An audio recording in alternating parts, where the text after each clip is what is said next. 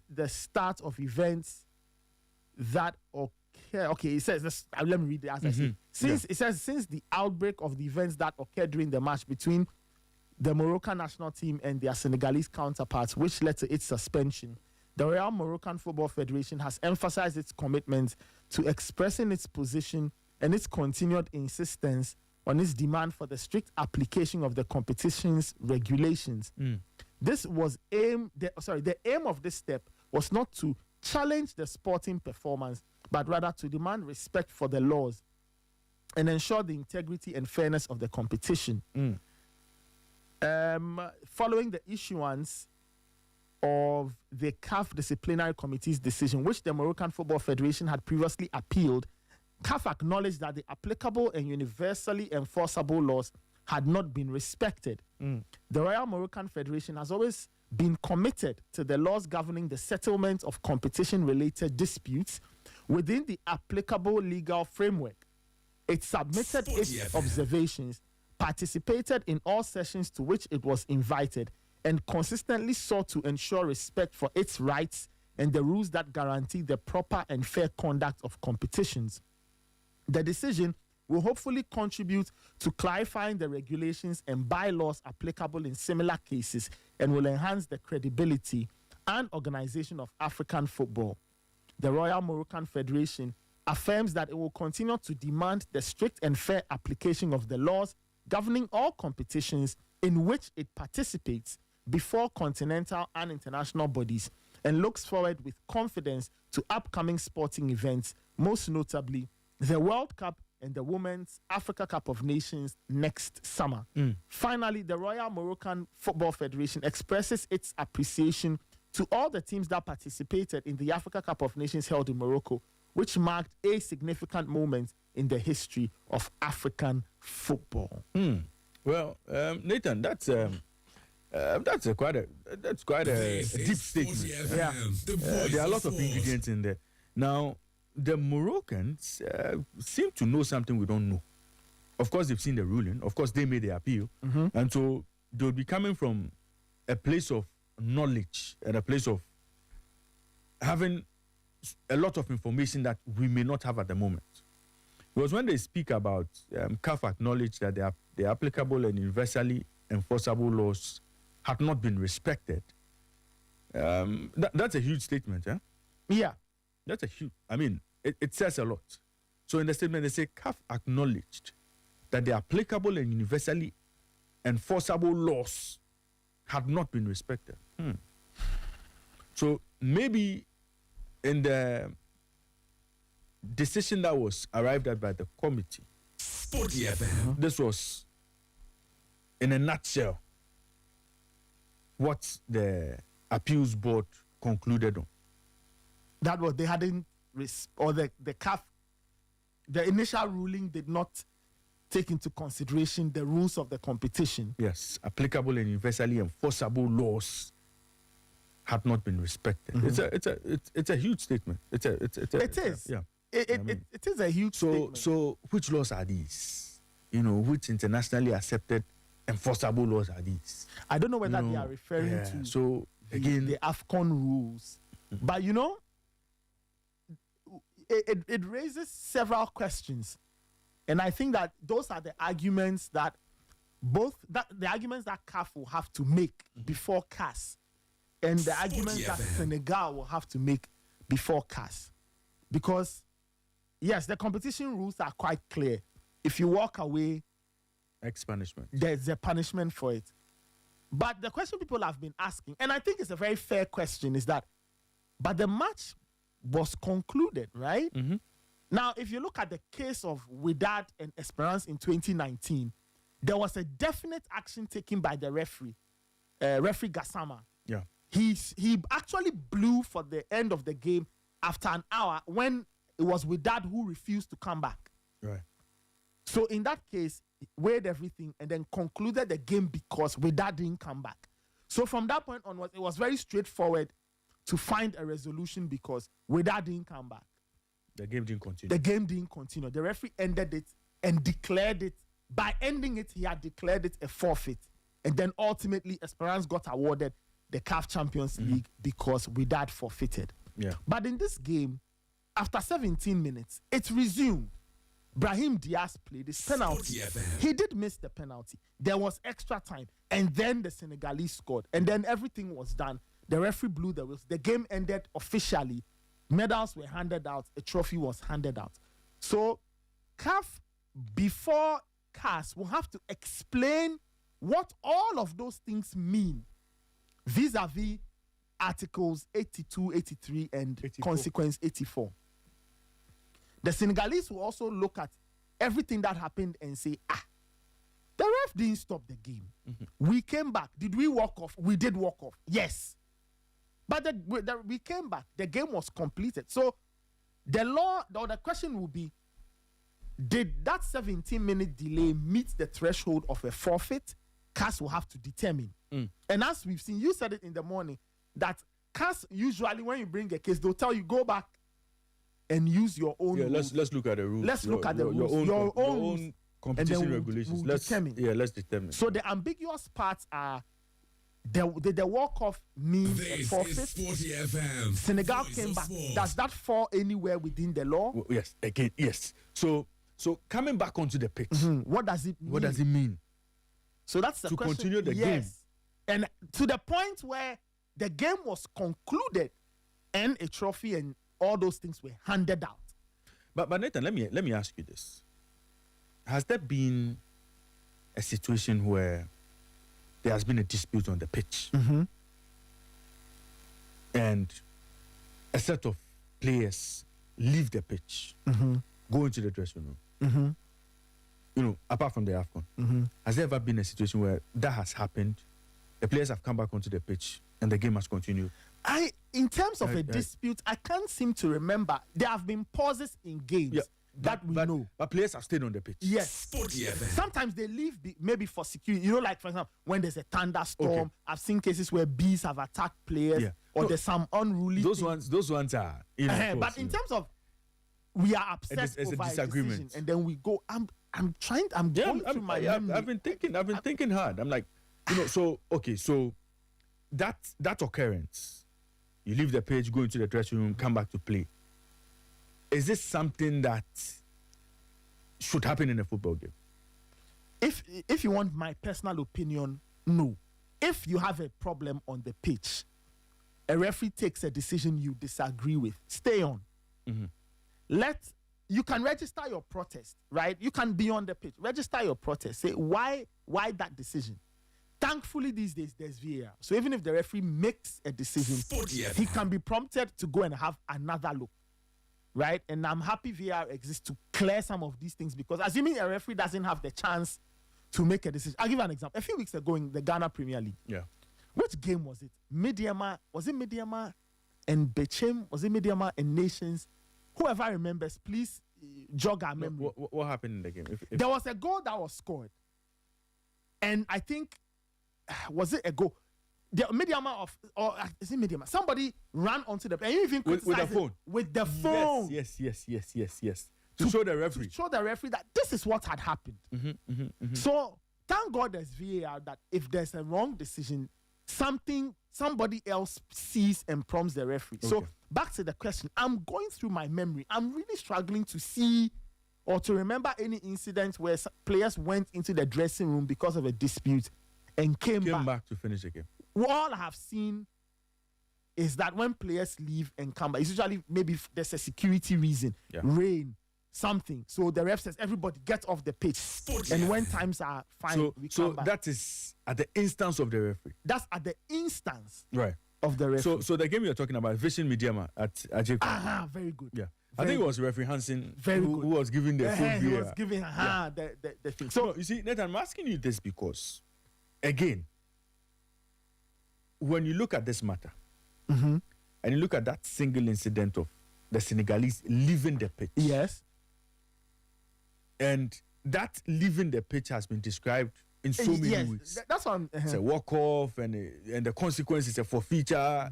Some people all of say those it things wasn't. Some people say it was just a pause in the game. It was just a delay in the game. That's what I'm asking.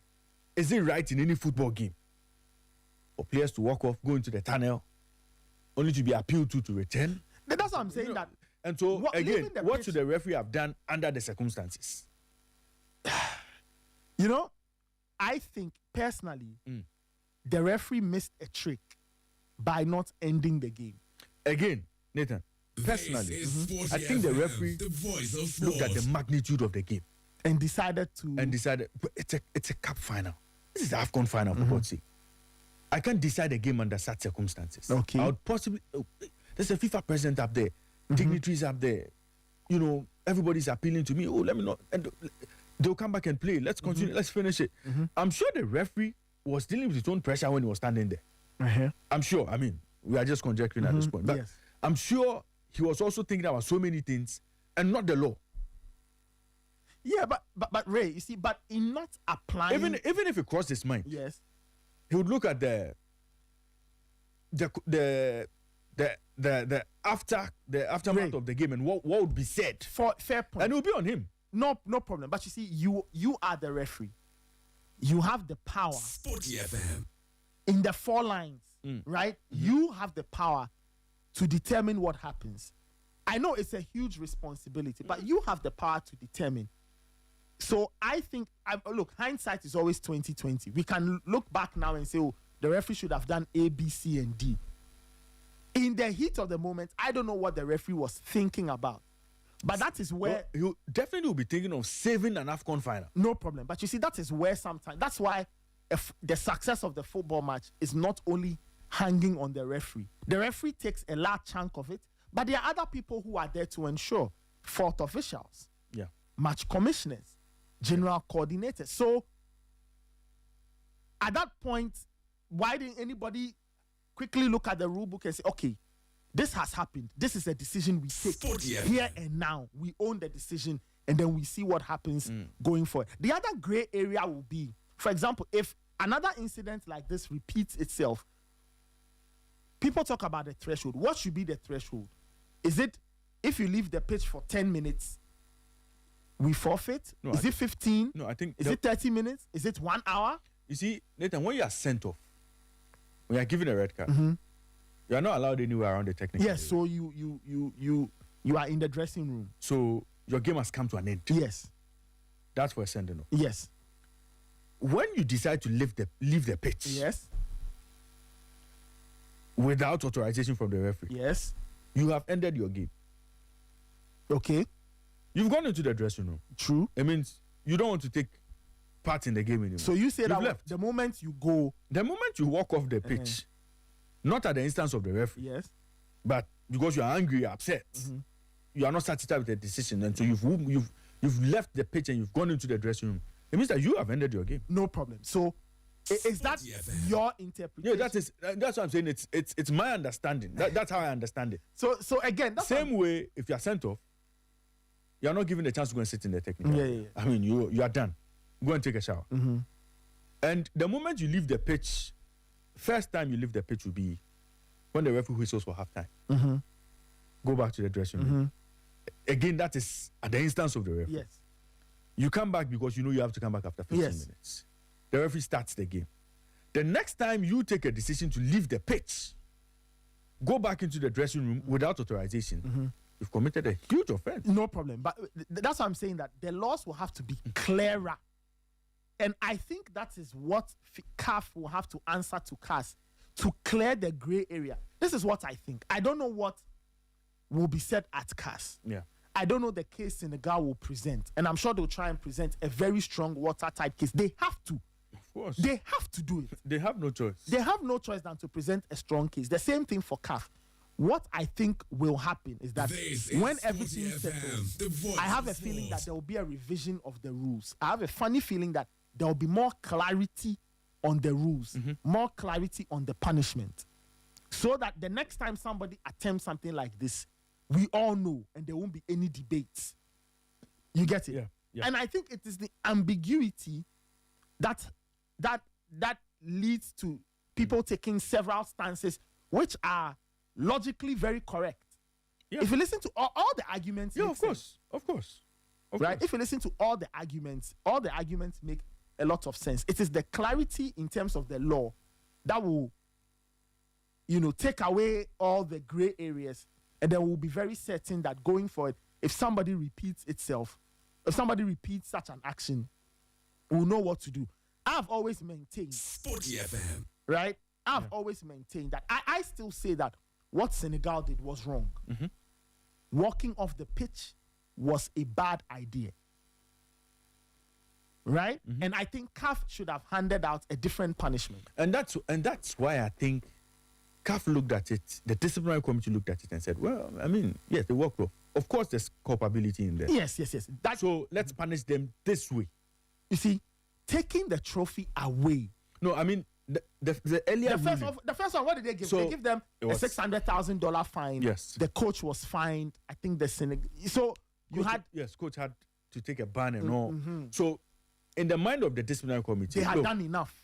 This should be enough to, serve as a deterrent to anybody who wants to try this in future. Yeah. And Senegal should be punished for what they did. Sporty So FM. nobody is saying that Senegal did not err or Senegal were not in breach of the rules. They were. Yeah. Same as Morocco, Of course. Sabari and Co. All of them were. So again, it will be interesting to see what kind of appeal the Moroccans presented to really understand what they saw in that initial ruling, to give them the chance to go appeal this way.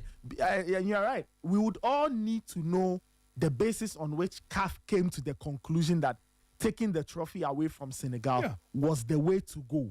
Because it wasn't considered initially. Yes, it wasn't like CAF said, you know what, technically we are supposed to punish you this way, but we'll punish you this other. You're right, it never came up in the initial ruling. Never was it mentioned in the initial ruling. So for this option to suddenly show up as the punishment that CAF wants to use, it's weird. It's odd. And I think that it is the timing, the look, and the feel of the decision. That is what has led to a lot of reaction. Yeah. And the reaction is extremely justified when you look at it on the three pillars: the look of the punishment, the feel of the punishment, and the timing. On those grounds, CAF is losing terribly. The look, feel, and timing. On these three grounds, CAF is losing terribly. Well, and I think that it is on these, that is where CAF will have the most difficulty answering to CAS. The look of the decision, the feel of it, and why it took you 58 days to come to this conclusion. It is true. I'm sure they were gathering facts. I'm sure they were speaking with different people. But the fact that this never showed up at that time and it shows up a little later, it just is so strange. It is so strange from CAF's side. And as I said, they need to answer a case at CAS. And I'm sure, because whatever Senegal is presenting to CAS, it will involve CAF as well. So CAF will be the respondent that come and answer your case. Let us hear your side of the story and let us see where we go from here. Nathan, looking at how everything has played out. This is Sporty FM, the voice of now sport. Morocco are being called champions of Africa. Where does this leave the AFCON? We are already talking about AFCON to be played every 4 years. We are talking about Nations League. Where does it leave? Where does it leave our football on the continent? Because we haven't had too many countries speak about this matter. We haven't had so many dissenting opinions from those who matter when it comes to the CAF, the CAF ecosystem, or those who matter when it comes to CAF. We've not heard from even our GFA president and all. I mean, where does this leave us?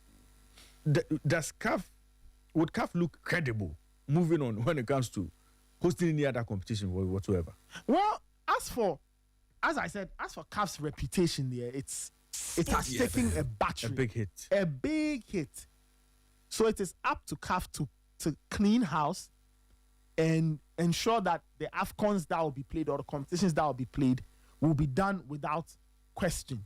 CAF cannot legislate how people view it and how people feel about their decisions.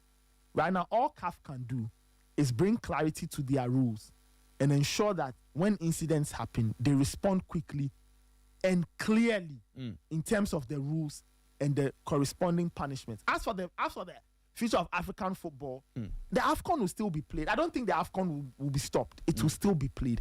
Countries will take part. Senegal, if there's an AFCON next time, they will come and play. Morocco will play. We'll all go and play. it is incumbent on CAF to ensure that if there are controversies, those controversies are handled clearly and well, so nobody has any reason to doubt.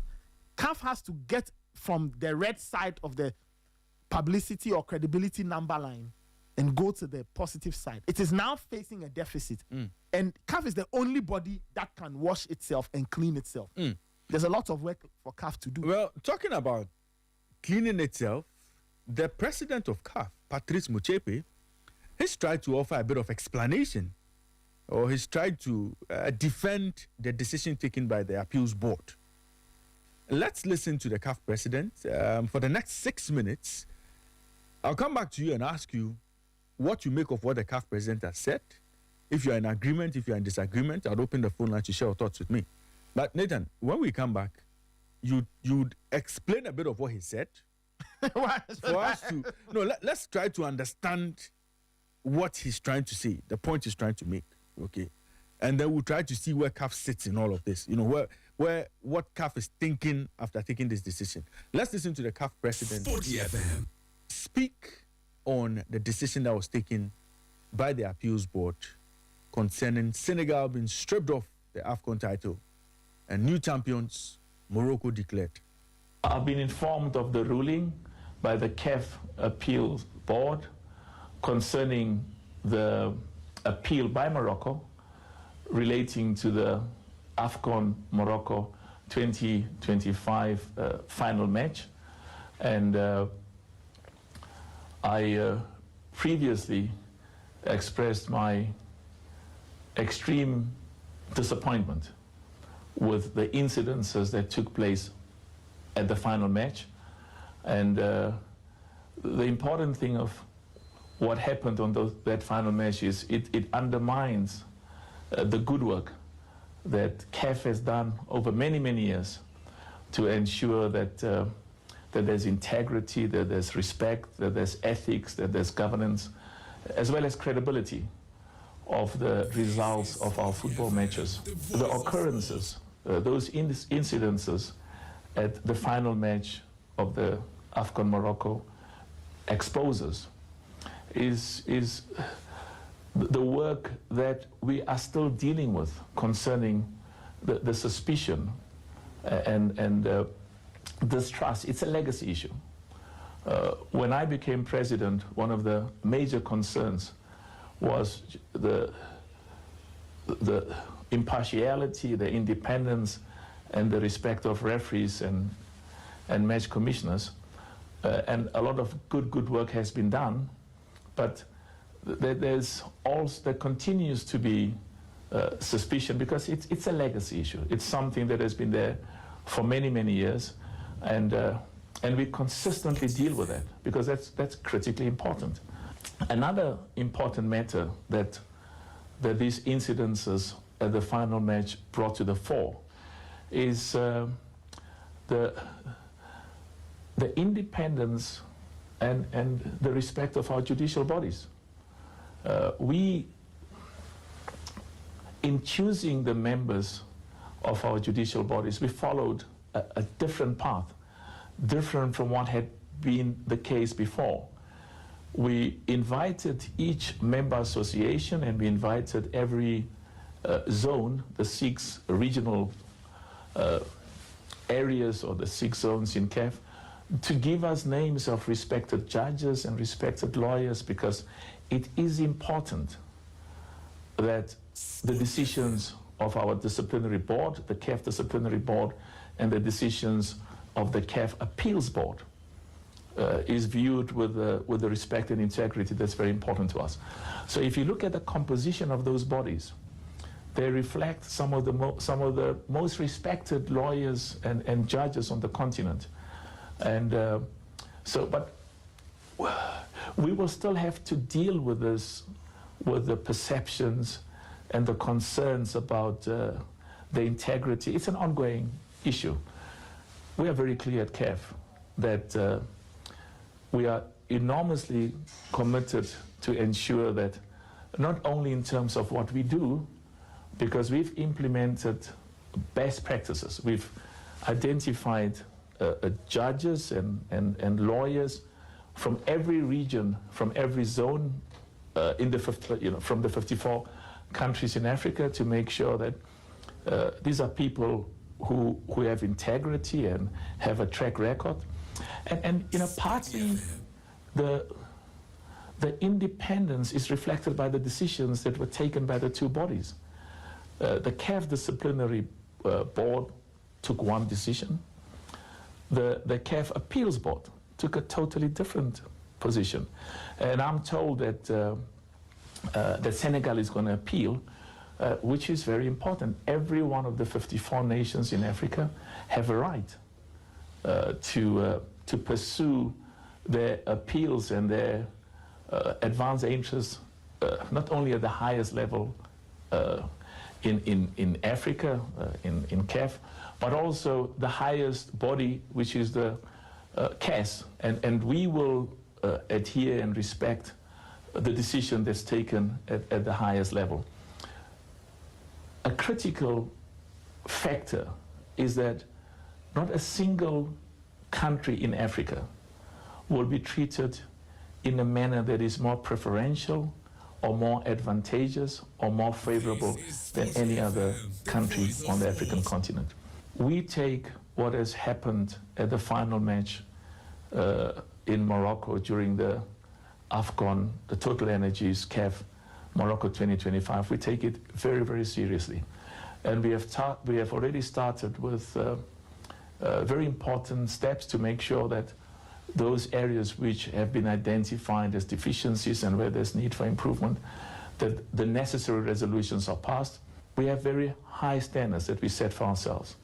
It is important for us that ordinary football supporters and spectators in every one of the 54 countries in Africa, in their judgment, not in CAF's judgment, not in my judgment, regard the decisions of our judicial bodies as fair, with integrity and impartiality, and what is equally important, that they regard our referees, our VAR operators, and our match commissioners as people who are fair and just, and those decisions that are taken reflects the impartiality and independence that's critically important.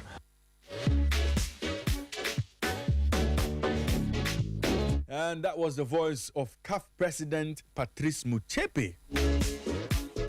Well, he's speaking about the independence of the judicial bodies, and he's also been speaking about the decision that was taken. And he says everybody should, as much as possible, respect the decision of the appeals board. And he also spoke about the credibility and integrity of those who are on that board. He says member associations recommended some of these top lawyers to the board. And so in terms of their integrity, their body of work, their experience on the job, you can't really have anything against them. And he said quite a bit, and he says CAF would respect whatever decision CAF arrives at. They would be bound by it, and they would have absolutely no objection to whatever final outcome Senegal or Morocco gets from CAF. And so he says they've set very high standards, and it's important that football supporters in the 54 countries, in their judgment, they respect the decision of the judicial bodies. And he also made one very important point, talking about the fact that, when Nathan, you see, when things like this happen, of course, CAF will be hung to dry. CAF would be criticized. CAF would, of course, be thrown under the bus. We'll say all sorts of things, but it's important that we respect some of the decisions they take. They are independent judicial bodies, and their decisions should be respected. And so, but it's important to note that after everything has been said, yep, as we speak today, CAF have taken a decision, and it's in favor of Morocco. Mm-hmm. That can change in the next 2 or 3 or 4 or 5 months or 6 months. Mm-hmm. But we may have to just accept what has come, pending whatever outcomes we may get from CAF. Okay. So, Nathan, I don't know what you make of the interview. You initially said he shouldn't have spoken. Yeah, you know, where I understand why he would speak. You know, I understand why he would speak. At the same time, I also think that not speaking would not have changed much. But look, it's in CAF's right. CAF has the right that Dr. Motsepe, and he's not speaking in his individual capacity, so CAF has the right to also say something. So they have, and I think it's fair. We have to grant them that. It's fair. Does it change how people feel? No. But at least he's made his point, and CAF has made their point that they went through the best of steps and processes to come to their decision. No problem. All of those things will be tested eventually when Senegal officially makes their appeal set, or when they file their appeal at the Court of Arbitration for Sport. And then CAF will also get to go and answer. And ultimately, we'll all know whether the processes they followed were right or were wrong. And then we'll decide from there. But you are right. Between now and then, CAF has made a decision. And that is the appeals committee, the appeals board that made the decision. In terms of CAF's own system, nothing supersedes the appeals board. So it's not like Senegal can speak to some other person or can go to another body at CAF. It is why their next step in the hierarchy is go to the Court of Arbitration for Sport. So we wait and see. We'll wait and see. But Motsepe says CAF has not worked to favor anybody. CAF has not worked, or is not working to, it's not working to be partial. They are impartial. I mean, they don't seem to want to protect the interest of only one person. And so the perception that CAF seems to be working in the best interest of Morocco, CAF is not being fair, CAF is being biased, all of those things we should forget. Yeah, but if I say the facts support it, I'll be unfair. But you see, when you look at things at face value, what is the picture that you pick up? Okay, what is the picture that you pick up when you look at things at face value? A country is getting preferential treatment. That's what it seems. That's what it looks like. And again, you can't fault anybody for looking at it that way. People can line up different facts. People can draw a long line through everything that has happened. And when you listen to the logic makes a lot of sense. You may not agree with it, but the pieces kind of align. So CAF, way above just telling us so, we'll have to act it out. I think a lot of people want to see some proper actions from CAF that prove that they are not favoring anybody and they are not siding with anybody and they are not taking a stand. You get my point? So Dr. Motsepe can say that, but CAF will now have to back it up with proper actions so people can now believe. Because it's a simple case of actions and words. Which one speak louder? And, it's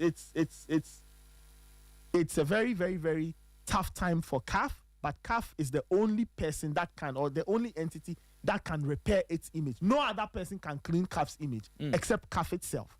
So there's a lot of work to do. Well, Morocco have been declared champions of the Africa Cup of Nations 2025. We'll be following the story. We'll be following Senegal, and we'll bring you up to speed on every development. But I think that when Senegal decide to go to CAF, when the processes are complete, I think they would initially file for interim measures. Oh, okay. And what does that mean? Well, they'll be looking for measures that would possibly stay the ruling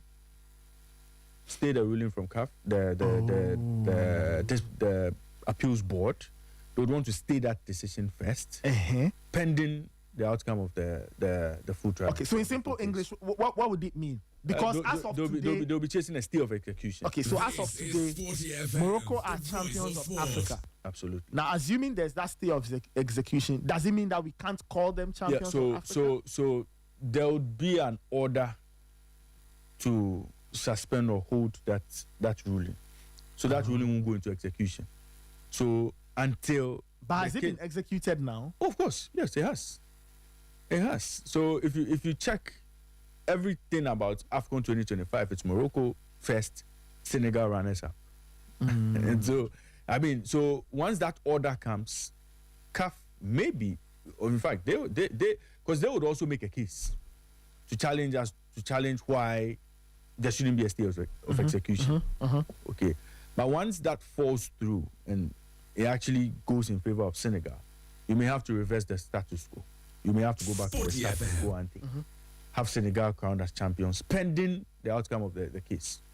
So I'm sure all of those things would happen soon.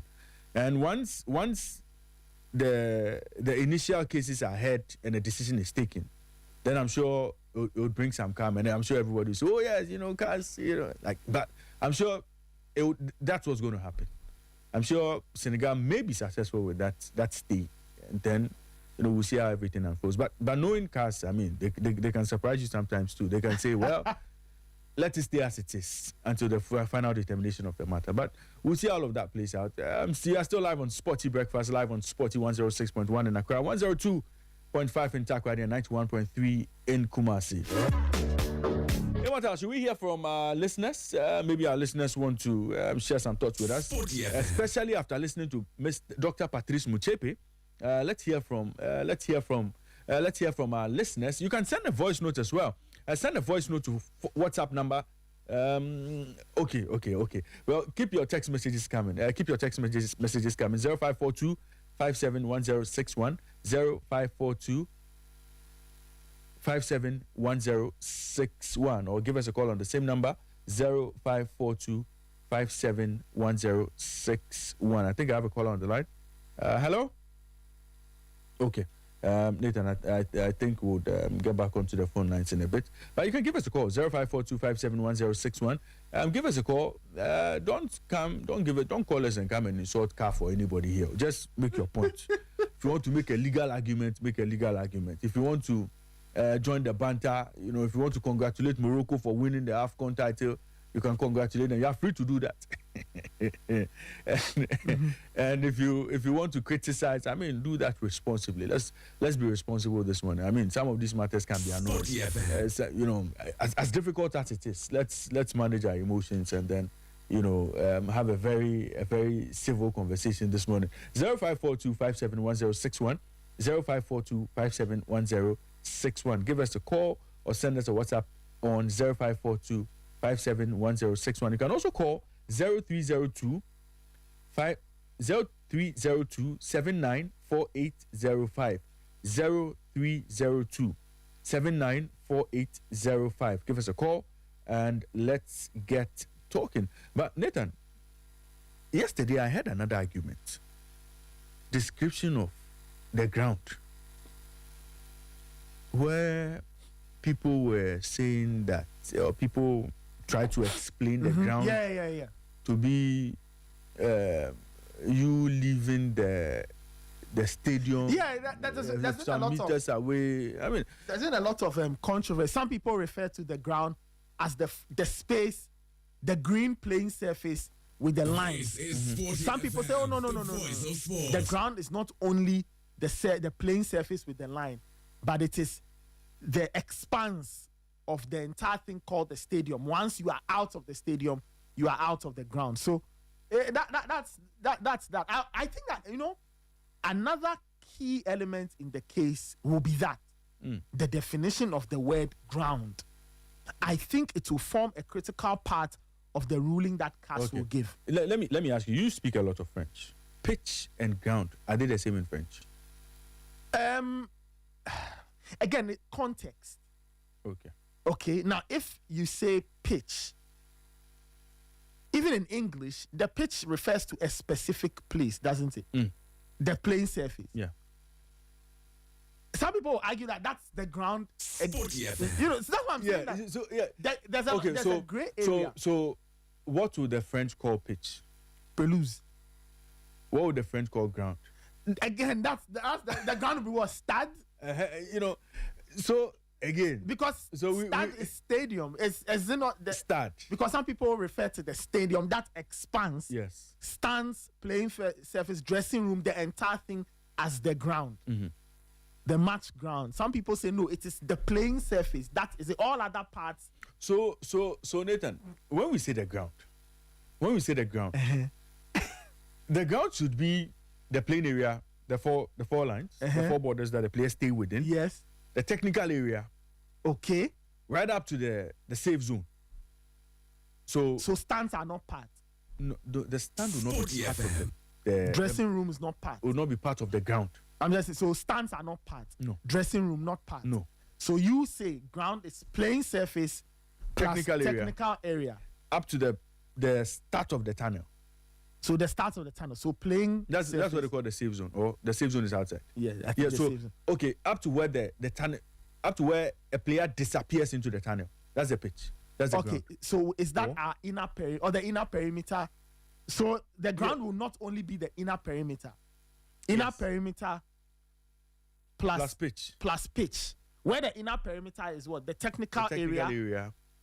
If there's a running track, the running track. And then you get onto the pitch. Yes. Okay. So the moment you get into the dressing room, you've left the ground. That is your interpretation. No, I'm just saying. No, Ray, you know what? It's a very interesting point of discussion. Yes. A lot of things, a lot of things have been said. A lot of things came up yesterday. Oh, yes. But you see, Nathan, it's not that the law is not clear. Sporty FM. What does the law say? Do you want to read? No, I'm just saying that. It is not as if the law is not clear. Okay. Freedom of speech. Freedom of speech. Yes. It's clear. Freedom of speech. Yes. But if I put 4 lawyers around this table, every lawyer will have a different understanding of freedom of speech. A fair point. And so I just feel that because of legal gymnastics, we twist it whichever way we want. But don't you think to try to get a certain understanding? That's fair. That is the law. Yes, but don't you think that it will serve CAF better if, for example, there's clarity on the definition? Because sometimes you read certain legal documents and then they say that this hereafter referred to as X, Y, Z. So going for, as soon as you see this, you know what it means. So maybe CAF will not have to redefine all of these areas. Maybe CAF should put it into their rules. Ground refers to this. Pitch refers to this. They can be used interchangeably, or ground has a specific use, pitch has a specific use, stadium has a specific use, and then we are very. Now we need a legend for us. No, but you see, it's interesting. This particular discussion has opened up a lot of things, from even the referee's behavior on the pitch, the referee's call to say stop the game, continue the game, all of those things. It's opened up all sorts of issues. Do referees know? Do referees know how much power they wield on the field of play? Do the referees know what they have to do when certain things happen? Because these are not things that would happen every day. But when it does, how should the referee react? Again, CAF will look at it and say, well, maybe I should have another conversation with my referees and try to get them to understand the powers that they have when they're on the pitch. So, I mean, all of these things, I'm sure would get to understand when CAF finally sit down to review some of their own regulations. But Nathan, if you ask me, the letter and spirit of the law, as we have read, if we want to understand it as it has been written, it's very easy to understand. But lawyers would always want to make legal arguments with the simplest of clauses. Yeah, and they have every right. Absolutely. And that is why we are here. Then maybe the law is That is why we are here. But then maybe the law is not as clear as you think it was. No, it is. The law is clear. Okay. I think I have a call on the line. Good morning to you. Your name. Tell us. Okay. Good morning to you. Tell us your name and where you're calling us from.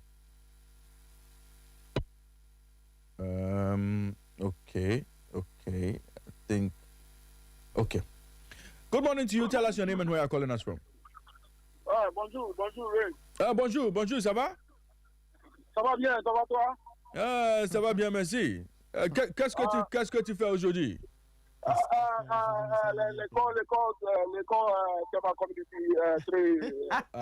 Yeah, see, this one, as for this one, I know that he doesn't speak French.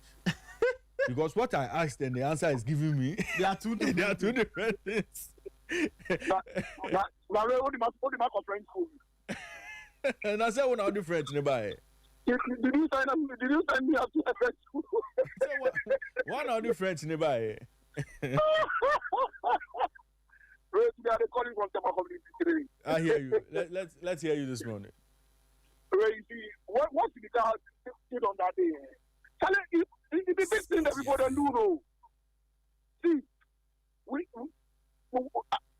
blacks, we Africans, Jamaica, that can't hold too much. Charlie, people should really face the consequence of their inactions. So it looks like people are making it look like what the guy did, like it's something like very partnerable and we can just overlook and walk away. No! What do people do? Charlie, for make them suffer what everybody for suffer like. The punishment should really serve as a deterrent.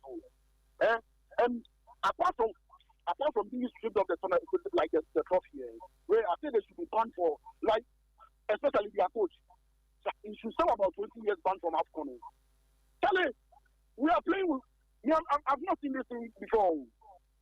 Yeah, I've never seen this thing before in the international tournament. And it looks like African fans, we are just, we are paying attention to our emotions and our sentiments, and we are forgetting that law is law.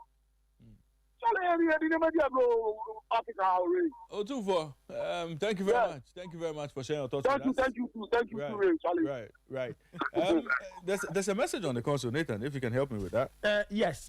My namesake Nathan from Kaswa says, did the people on the disciplinary committee decide by their own discretion not to apply this particular rule that has popped up because they deemed it too harsh at the time? We need to get explanations from both the disciplinary and appeals board because they had different views. Nathan, hold that up for me. Just hold on for me. Good morning to you. Tell us your name and where you're calling us from. Yeah, good morning, Ray. Good morning.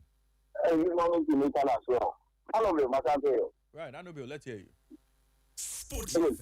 You see, my man was is talking about emotions here. He's rather being emotional. You see, he's talking about Senegal should receive like 20 years ban from the CAF population and all that. And talking about the law. Was the law not there before they faced their protest within the stipulated time? You see, the law takes place specifically. Did they exceed the time that they had to protest, or they were within the time? We have to look at that. If they went beyond the time that they had to protest, the law says whatever should happen. If they were within time, and the CAF executive, the House commissioners, and everybody was there, that is why they actually have the communication gadgets in their ears. So if they had really flouted the law for the match to be completed, why didn't they communicate it to the referee to do so? And even after everything, they sat down and came up with a punishment. How did they arrive at that punishment? Before 58 days, and then they are coming back with a different thing. Come on. We are making a joke of ourselves. Anubio. Yeah. Just hold on. I mean, after every ruling, if you feel the decision did not go your way, you always have the right to appeal. And now the appeals board would always sit on your matter and also have to furnish you with the judgment. So, I mean, 58 days, yes, but the appeals board had to come out with a ruling on the appeal that was put before them by Morocco. So it's not as if they just got up and then decided to come up with another ruling.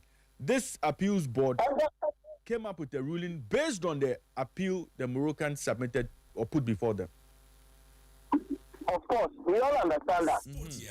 We all understand that. But it doesn't mean that at that moment when the incident happened, if they were supposed to do something right, they didn't do it. There was nothing they could do. They did exactly what was supposed to do. They didn't exceed the time of the protest. You understand? And all the dignitaries that were there, if Senegal came back, if the match was not supposed to be continued, do you think it would have continued? No. So after they have appealed, the appeal Annabelle, thank you very much for sharing your thoughts with us this morning. It's a pleasure having you on the show. Keep your calls coming 0542571061, 0542571061. Good morning to you. Tell us your name and where you are calling us from. Okay, yeah, the name is Joe, calling from Tema. Joe, let's hear you. Okay, so from the onset, I think CAF don't have the right to define to us the meaning of pitch and then the meaning of stadia. It's not a dictionary of football. We all know pitch, we all know football. Okay, so let's put the other one aside. Senegal. You can't tell me Senegal forfeited the game because the person who represents Senegal national team on the pitch is Sadio Mane, and Sadio Mane was on the pitch. Sadio Mane never exited the pitch, so that is another case also. But you see, really, honestly, you are being very emotional since yesterday. I don't know what Senegal has done to you, fine, but maybe you have. How is Ray being emotional? You see, but the truth of the matter is. No. Relax. Let's answer question one. How is Ray being emotional? Ray was emotional very yesterday. How was he? And relax. You haven't answered the question. How? When you were reading the laws, Article 82 and then 84. Yes. Ray was insisting you repeat a certain section. Yes, because those parts are the important parts. Those parts hold the answer to all the questions we are asking. And it is those same parts that when the case go to CAS, they will underline. Because those are the very critical parts of the article. You understand? Those parts hold the meaning. Do you understand? Those parts are I get you. Good. So we have to underline. So nobody is being, you see, when we say, sometimes we just throw words about. When we say Ray is, how do you mean by he's being emotional? He's not being emotional. Nobody has been emotional about this. We're all trying to make sense of. In any case, everybody will have a certain opinion. Mm-hmm. All of us, or 99% of everybody, thinks a certain way. There will be a 1% that will look the other. It doesn't mean that their opinion is bad. They are just looking at it from a different angle.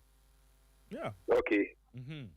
Okay, I get it. I get it. I always say that in every argument, there are two sides. One side is correct. What the other side is trying to do, it may be wrong, but maybe we haven't looked at it from the other angle. That's why I like a debate. In a debate, there are two sides. I believe in my point. But your point, maybe I haven't even thought about your point. So when you raise, I say, it is true. That could be another point. But you know what? I still disagree. But you make a good point. Yeah. I'm not being emotional. Okay? Okay, I hear. So please, can I continue? Yeah, finish up. Okay, so what I'm trying to put out here is, one, if someone has to be blamed, it has to be the referee. Because then CAF is trying to tell us the referee doesn't even know the rules of the game. Because what CAF is saying now, and it means the referees should have stopped the game immediately. Some of the players of Senegal went off the pitch. But once they waited for the players to come back and continue the game, finished the game, a penalty was awarded, and then a clean goal was scored. A ceremony was done for the trophy to be given to Senegal, and now they're coming back to tell us this. What are they trying to tell us? And now they are telling us to accept. Are they forcing us to accept? Well, honestly, they can't force us to accept. But one point I have to raise here is Senegal's representation on the pitch. The captain of the Senegalese side stayed on the pitch, did not exit the pitch. Right. Right. Thank you very much. So Senegal was on the pitch. Right. Thank you very much for your time on the show this morning. It's been a pleasure having you. But Nathan, you know what he's saying. He raised another conversation yesterday about what a team is, or what a team should be. Did you pick that as well? Yeah, I've heard that argument. People argue what the team and all of that. Let me get back onto the line. Good morning to you. Tell us your name and where you're calling us from. Hello. Hello. Yeah. Good morning to you. Tell us your name and where you're calling us from. Good morning, Ray and Nathan. Hope you guys are doing well. Yeah, we are doing great. Now, great. My name is Nee, calling from Tema. Nee, let's hear you. I mean, this doesn't look good on CAF, FIFA, and even AFCON football in any way at all. Now, you ask yourself some questions here. Number one, when the game got stopped and then the Senegalese left the pitch, did the referees not know the law? Was there not a match official? Was not any representative of CAF in the stands there who could have let the match official that this is a forfeiture and so the game has ended? When all these things not happening, so the legal people that he claims, Mosepe claims that are sued and they give this decision, were they also not in the stands repping the CAF? None of them could tell. There was VAR. None of them could whisper into the referee here that this is forfeiture. Let's call the game to an end. And then, give the trophy to Morocco. The game continued. They played. These same CAF officials and FIFA officials handed the trophy to Senegal. And then you come back later and punish Senegal. So these legal people, were they not the same people who sat on the board and awarded Senegal these fines and Morocco these fines for the fighting over the towels and the forfeiture and the coach? No, the Senegalese coach was banned and fined. Were they all not? No, so the board? there were two boards. One was the disciplinary committee or the disciplinary board. Yes. And then the other is the appeals board. They will not be made up of. The composition will not be the same. Sporty FM. Are these people not legal people too? Do they know the laws of the game? So before they gave, the board gave that, they didn't even know the law of the game. Hold your thought for me. So I hope you understand that the disciplinary board and the appeals board do not have the same members. I hope you understand that. Very well. Yes. And so, of course, based on what is in front of the disciplinary board, they'll look at the facts presented to them, look at the merits, and decide how they want to rule. If anybody submits an appeal, again, depending on what they have in front of them, they'll look at it again and see if they would uphold the ruling of the disciplinary board or they would make changes. So, I mean, when it comes to some of these things, they always tell you the law lies in the bosom of the judge. Definitely. It lies in the bosom. So it doesn't look good on CAF at all, because you see, it is coming off the backdrop that Moroccans, FA, refuse to allow CAF to use their country and their facilities for the AFCON Women Tournament. And so it's beginning to look like they are trying to force CAF's hand to rule in their favor. Yeah. I mean, and that is where they look very, very fishy. You are very. As for the impression it creates, nobody can. I don't know how CAF wants to fight this impression, because it's an impression that is there. Exactly. I don't know. Exactly. They will have a lot to do to clear it. Thank you very much. Exactly. Yeah. Exactly. Yeah. Thank you very much for your thoughts. Thank you very much for joining us on the show this morning. Give us a call 0542571061. 0542571061. Send us a WhatsApp message on the same line as well, and we'll be glad to share our thoughts with the rest of the world. Good morning to you. Tell us your name and where you're calling us from. Okay, I think I lost my call out there, but keep your calls coming. 0302 794805. 0302 794805. Let me get back onto the lines. Good morning to you. Tell us your name and where you're calling us from. Oui. Yes, sir. Bonjour. Bonjour, ça va? Ça va bien, et toi? Ça va bien, merci. Tell two for you, kind of reference for me. You can't overtake me.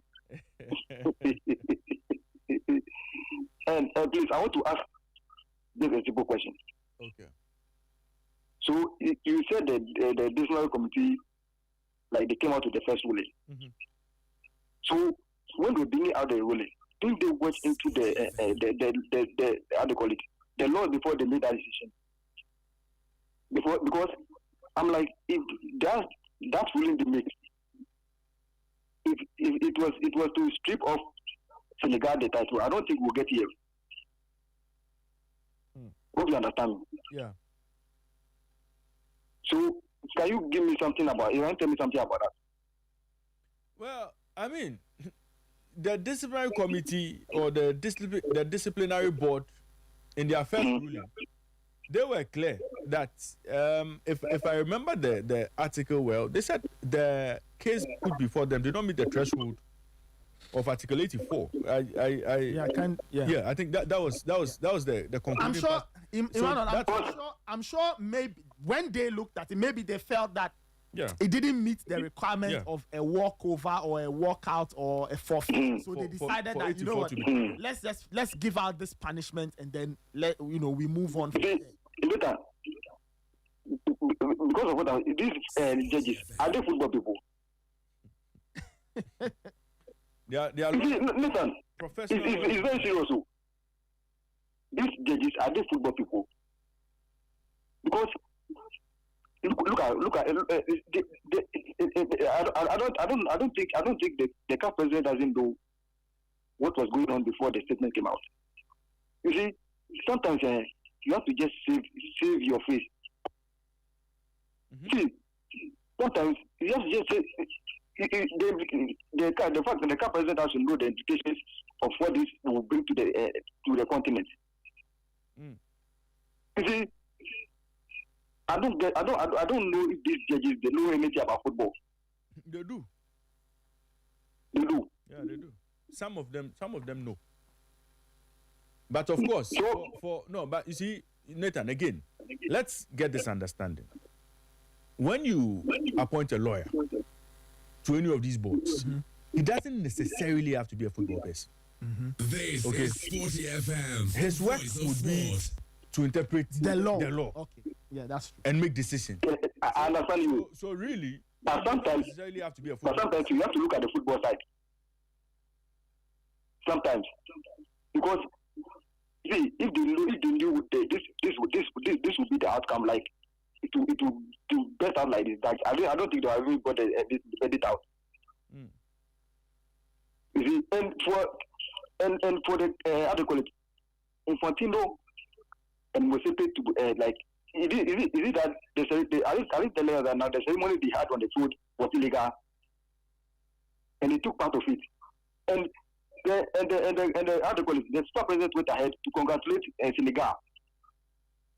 Of course. And that tweet is still there. No, but I mean, at the time, Senegal were declared champions, and so that means it's legal. It's illegal. Yes. It's legal. Until the if you are now telling us that Emmanuel, hold on. You see, let's not confuse the issues. Nathan, Nathan. After the game was played and Senegal were declared champions, yes, everybody accepted Senegal as champions. Okay. Then Morocco went to file a protest. Mm-hmm. It was dismissed initially. Again, everybody understood Senegal were champions. So, congratulatory messages here and there. It's in order. Then, Morocco felt they were not satisfied with that ruling. Went on to appeal. It was at that appeal that CAF changed its mind. Or CAF, the appeals board changed the decision completely. That is a different matter from what happened after the declaration, after the game we all watched, the trophies were presented. So it's not. I understand. Because the FIFA President endorsed it, yes, we go with it. Of course, everybody had to go with Senegal being declared champions when they lifted the trophy. But now that there's a change, I mean, it changes the dynamics of everything. That's what I'm saying. Yes. See, how do you call it? This very truly have to come out at the first place. You see, because people had their doubt about this CAF, like they don't even they don't try this CAF thing. You see, so sometimes when you are doing something, you just have to use your head. Sometimes you just have to use your head. You see, and here the CAF president, he said that he was told that this was the outcome. So he tried to say that he doesn't know what was going on in the appeal board. He doesn't know what was going on over there. You see, sometimes the things that we shouldn't know. You see, you can't tell me as a CAF president, you can't tell me you don't know what was going on. But you just saw the statement online, like all of us. It can't be possible. Emmanuel, thank you very much for joining us this morning. These kind of people, they should watch themselves. Okay. Yeah, well, Nathan, you see, it's matter. It's So he says that FIFA president congratulated Senegal, so it's legal. They won it fairly. Yes, of course. I mean, they won it. They did win. What we saw Senegal win the trophy. Then this. Hello, good morning to you. Your name? Tell us your name and where you're calling us from. Yes, good morning. Morning. Mr. QB, good morning. Hello, good morning. This pitch 4 from where I'm from. All right, go ahead. Okay, so this one we heard the statement that Morocco released, and we were talking about fairness and respect and blah blah blah. But they didn't show any remorse of what they did on the field. To keep us tower and doing this. You didn't talk about it. And I'm talking about respect and fairness. This is Charlie. And capture this CAF issue. If this matter goes to CAF, Charlie, we all know that this in CAF rules. And this will drop a very, very big respect from CAF. Their credibility will come down. Their integrity will come down. And I'm sure maybe even the next AFCON match, they might lose some sponsorships because this is very ridiculous. Charlie, this thing is me. If I want to end it here, you let me go to my NBA. Yesterday, my boss won. I'm very happy, and I'm very happy that the WNBA is coming back. And I don't know if how to call it. Please, I want the producer of the NBA show. Yep. Because is it Rondo. The Tottenham fan?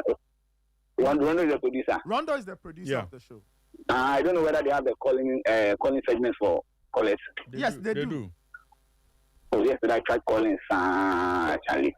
I want to talk about the WNBA, but soon. Don't worry. Mr. Q. Yep. Okay. The last time we talk about some PB, how we need the NBA fans. Sorry? Maybe this. I said yes, the last year. Yes. I made some plea regarding an NBA show. Maybe if people can help us on the day NBA show. A daytime NBA show. Oh, okay. Yeah, we beg. The last time some months over, I heard some man talking about it. We beg, Charlie. With the bleed. And who hosts the show? Because the people are hosting a show at night. And now you want them to maybe, Oh, no. Maybe one of the days. Yeah, maybe, okay. I don't know, maybe some days you can challenge. No problem. With the bag. We'll consider that. All right. Thank you very much. Thank you. Have a good day. Yeah, you too. I think I'll bring this segment to an end. And then let me introduce Michael Asarbodu. Lawyer Michael Asarbodu, good morning to you. Raymond, I beg, please. Oh. Mr. Oh. I am not a lawyer. Okay. You wait. You just hold on. Barrister, hold on for me.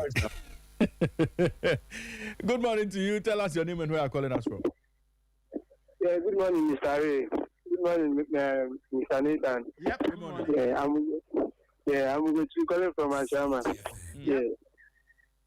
Yeah, I want to speak about the concerning the yesterday. I tried to talk. The line needs connection.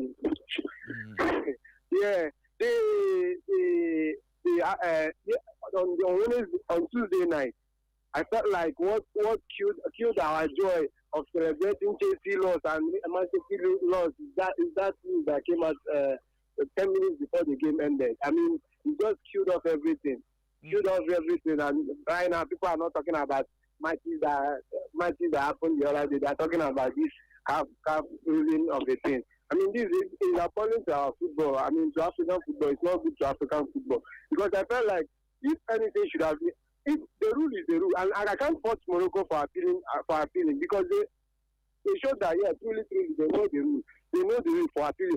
Then, I mean, that stripping off Senegal the title was too harsh for me. That is where I have problem. It was too harsh. I mean, you can find them. You can give them an AFCON ban. It's normal. But stripping them off the title. Okay, then why did somebody was saying Senegal Sadio Mane didn't leave the pitch. If we should go we watch the match, Sadio Mane later on he left the pitch. And if the referee stood on his ground when he went to call the Senegal players, if the referee had stood on his ground, because he wasn't the one, like if he wasn't the one that he should not be the one to go and call those players. I mean, another person should have gone. Another person that was not a player should have gone. If the referee was to issue us a yellow card, because if you leave a pitch, you should be issued a yellow card without the referee's permission. And if he does that, four of Senegal's players should have gotten a red card. And when they get that red card, the match is definitely over because they are now up. They are now 7. And when you're 7 and your opponent is 11 down, I mean the match can't continue. I can remember I read a documentary in 2000. I read a documentary. It was that match between Arsenal and Sheffield. That was 2000. When Arsenal scored a goal and Sheffield United player, I don't know if you remember, if you come across that. And Sheffield United player was on the turf and Arsenal scored that goal.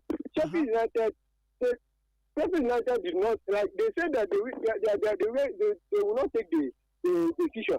And the referee stood there immediately. Arsenal players had to stand.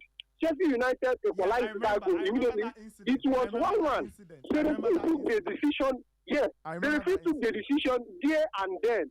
And this referee should have taken this decision because him telling us that, okay, after he had to give the penalty, which means the match has begun. And if CAF are to issue if they are feeling bad, if they are to issue any decision, it should be for Senegal leaving the pitch. And if they go back to that, their Article 82 and that their Article 82, no, they cannot bring any judgment from that place. Because if you are bringing any judgment from that place, that it means that referee, him starting over that match, and we having to watch extra 30 minutes. And if that extra 30 minutes, you watch it, and Senegal have not scored that goal, which that match should have entered the penalty, and the penalty can go anywhere. And what if Morocco won it by? I mean, this wouldn't have come out. Yeah, it should have been a dead rubber. Then Senegal, what if the Senegal win it by that penalty? Then you now go back and you start all this. It's not done. It's too harsh. The punishment was too harsh. I mean, if anything should have been done, the referee he should be deeply involved in this matter. I just pray that the CAF, I'm 100% sure that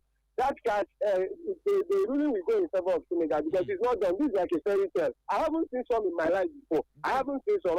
Thank you. I can't believe this. Thank you, sir. Thank you very much for joining us on the show this morning. And he would be my final caller for today. And let me introduce, let me welcome Michael Asaiwedu.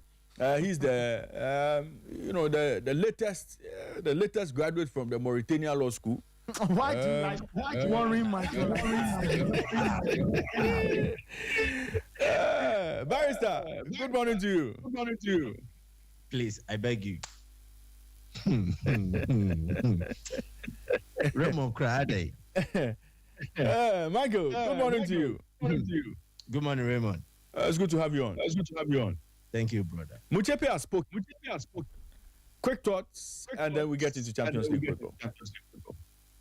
Yep, I think whatever he said bordered on one, portraying the stance of CAF and then their sharp response to criticisms or condemnations they faced in the wake of a decision taken by the appeals board in the case of Morocco versus Senegal.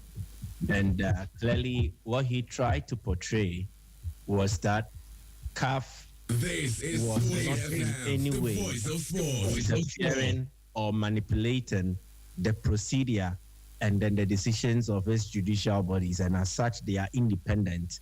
And one way to buttress his point or to provide an evidence sort of was that we should look at the different decisions taken by the two bodies in the judicial structure of CAF. One, the disciplinary board, and then the appeals board. This same issue, when it went to the disciplinary board, it came out differently in terms of the outcome. Let's put aside the sanctions that were dished out to the respective federations and then the players and officials involved, and then concentrate on the subject as it is now, which is the decision or the protest from Morocco that Articles 82, 84 of the CAF AFCON regulations be imposed. And as such, if it is done in that way, they will be declared winners of the AFCON, and Senegal will be the SAFRA, and it means they will lose that privilege of being called African champions. Morocco went to the disciplinary board and then they swatted it aside. They did not uphold that stance from Morocco. They were not pleased with this decision and they decided to escalate affairs to the appeal board. And what the appeal board did was to uphold Morocco's protest, and then they decided to not agree to the decision taken by the disciplinary board. And so he believes that those two decisions goes on to portray the independent nature of the judicial bodies. And if CAF had any intention to favor Morocco, then the matter would have been settled right at the first instance, which is when Morocco made the protest at the disciplinary board. So that is one aspect of what he said. Then he went on to speak to the credibility and then the reputation of the persons that are on these judicial bodies. He mentioned that they are credible lawyers and judges from every region and every zone within the CAF jurisdiction. And he feels that they have assembled a team that is competent enough and a team whose integrity cannot be impugned one way or the other. And as such, whenever they sit on cases and come out with a decision, it must be looked at it from that perspective and not necessarily as puppets who are being puppeteered by their masters. And so they are doing their master's bidding. He tried to also explain from his angle in that manner. He spoke about why CAF is okay with the appeal board to name Morocco as the AFCON champions. And he also expressed CAF's willingness to agree to any other decision or any other outcome or reward or award, any award that will come from the CAF hearing. That is, if Senegal eventually does file their case and appeal the decision of the appeal board at that level. He said they were okay and they are willing to welcome it. And then he went on to reiterate his earlier stance that CAF would not play to their advantage or favor or give preferential treatment to any other member association at the detriment of the other. And so these were some of the pillars that his statement or his speech bordered on. A lot of people have spoken about how he delivered it and not necessarily the message. Some have also attacked the message and said it's empty, and they were portrayals or speech, or it was a speech that was delivered the voice of sports. Contradiction to the actual stance of CAF. And some also felt how he delivered it meant that, one, it was rushed. You could see that he wasn't really confident in how he was speaking. And then he stammered a lot. His words were not so convincing because of the tone and then the command behind it. So a lot of people have read meanings into it. But if you ask me, that is typical Mosepe. He doesn't really have control over most of the press conferences or the press briefings that he supervised. There are times where he even goes beyond the time limit. There are times where he goes overboard, and there are times where he struggles to put his words in simpler terms. So he's not really a very good communicator. And I think on that basis, if you know Mosepe very well, you understand. CAF just have put out a statement and then ended everything with Mosepe's signature or their Secretary General's signature, say that they have taken notice of Senegal's intention to appeal, and then they are willing to follow through the process, and they will do everything that Mosepe said in the video. Did the video convince a lot of people? I doubt. I think what will really put a lot of concerns, doubts, a lot of issues that people have with the appeal board's hearing is when we have an award from CAS regarding this particular decision. It is only then that people will actually get the clarity that they seek. As it stands now, the statement or the speech from the CAF president did not do that. Right, Michael. Thanks for that. Nathan, something just crossed my mind. One caller spoke about the referee not applying the rules of the game. Okay. Now this was his argument. When the players came back onto the pitch, he should have issued all the Senegalese players a yellow card. That he didn't do. But again, if he had done that, I'm not sure Senegal would have had the required number to start a football game. Like how? Because By issuing yellow cards? Yeah, by issuing yellow cards. Some were already on yellows. So it would have now turned into red. Yeah, so there are people who misbehaved. Yes. You dish out the cards. So that could possibly have reduced Senegal to maybe 6. So when you get there, 7, if you can't play with below 7. Yes. So assuming he issues the card, you have a yellow card, so you are staying. You had one before, so you are sent off. Yes. And he does his work, and we do the arithmetic, and it ends up that Senegal have less than the required number. Then of course the forfeiture automatically kicks in. Yes. Good. By football, this is not even. This is basic FIFA rule. Okay. So that is one. The other leg is when Senegal walked off the pitch, had the referee decided that was a forfeiture, what would the narrative have been post-tournament? Of course. Because already, word around town was CAF wanted to rig the competition in favor of Morocco. Yeah. And then that happened. Yes. So at that point in time, CAF, the referee, whoever is the organizer, the match commissioner, all of them will be looking at those dynamics and say, this game must finish. So that what? So to clear all doubts. To clear all doubts. But what if they were presented with a situation where the law could be applied? Where if later people raise questions, you can take the actions on the day, take the law, put them side by side and say, see, this is it. We've applied the rules as properly as we should have done. Somebody said CAF sacrificed discipline for the competition to finish. It could be true or not, but ultimately this is what it's looking like. That CAF should have laid the law down there. And that's it. It ends there. So that if anybody argues, this is the law, we applied it, and it ended the story there. Initially, people would have reacted a certain way. Hey, CAF just wanted Morocco to win. But the rules would have been very clear. And on the face of the rules, nobody would have been able to argue. So it's a very complicated... Look, I don't wish to be in anybody's position who had to make a call that night. I don't know what they were considering. I don't envy them. But as I said, there are two truths and there are several truths. All of them can exist side by side. Truth number one. Did Senegal misconduct themselves? Yes, they did. And I don't think anybody will ever look at this story and not point fingers at Senegal for misbehaving. They did. Oh, they did, of course. Did CAF mishandle the situation? Yes. Yeah. So the two truths are very clear. Now, the burden of proof is on CAF to prove that they didn't mishandle. That is why I keep saying, at the end of everything, the case will go to CAS.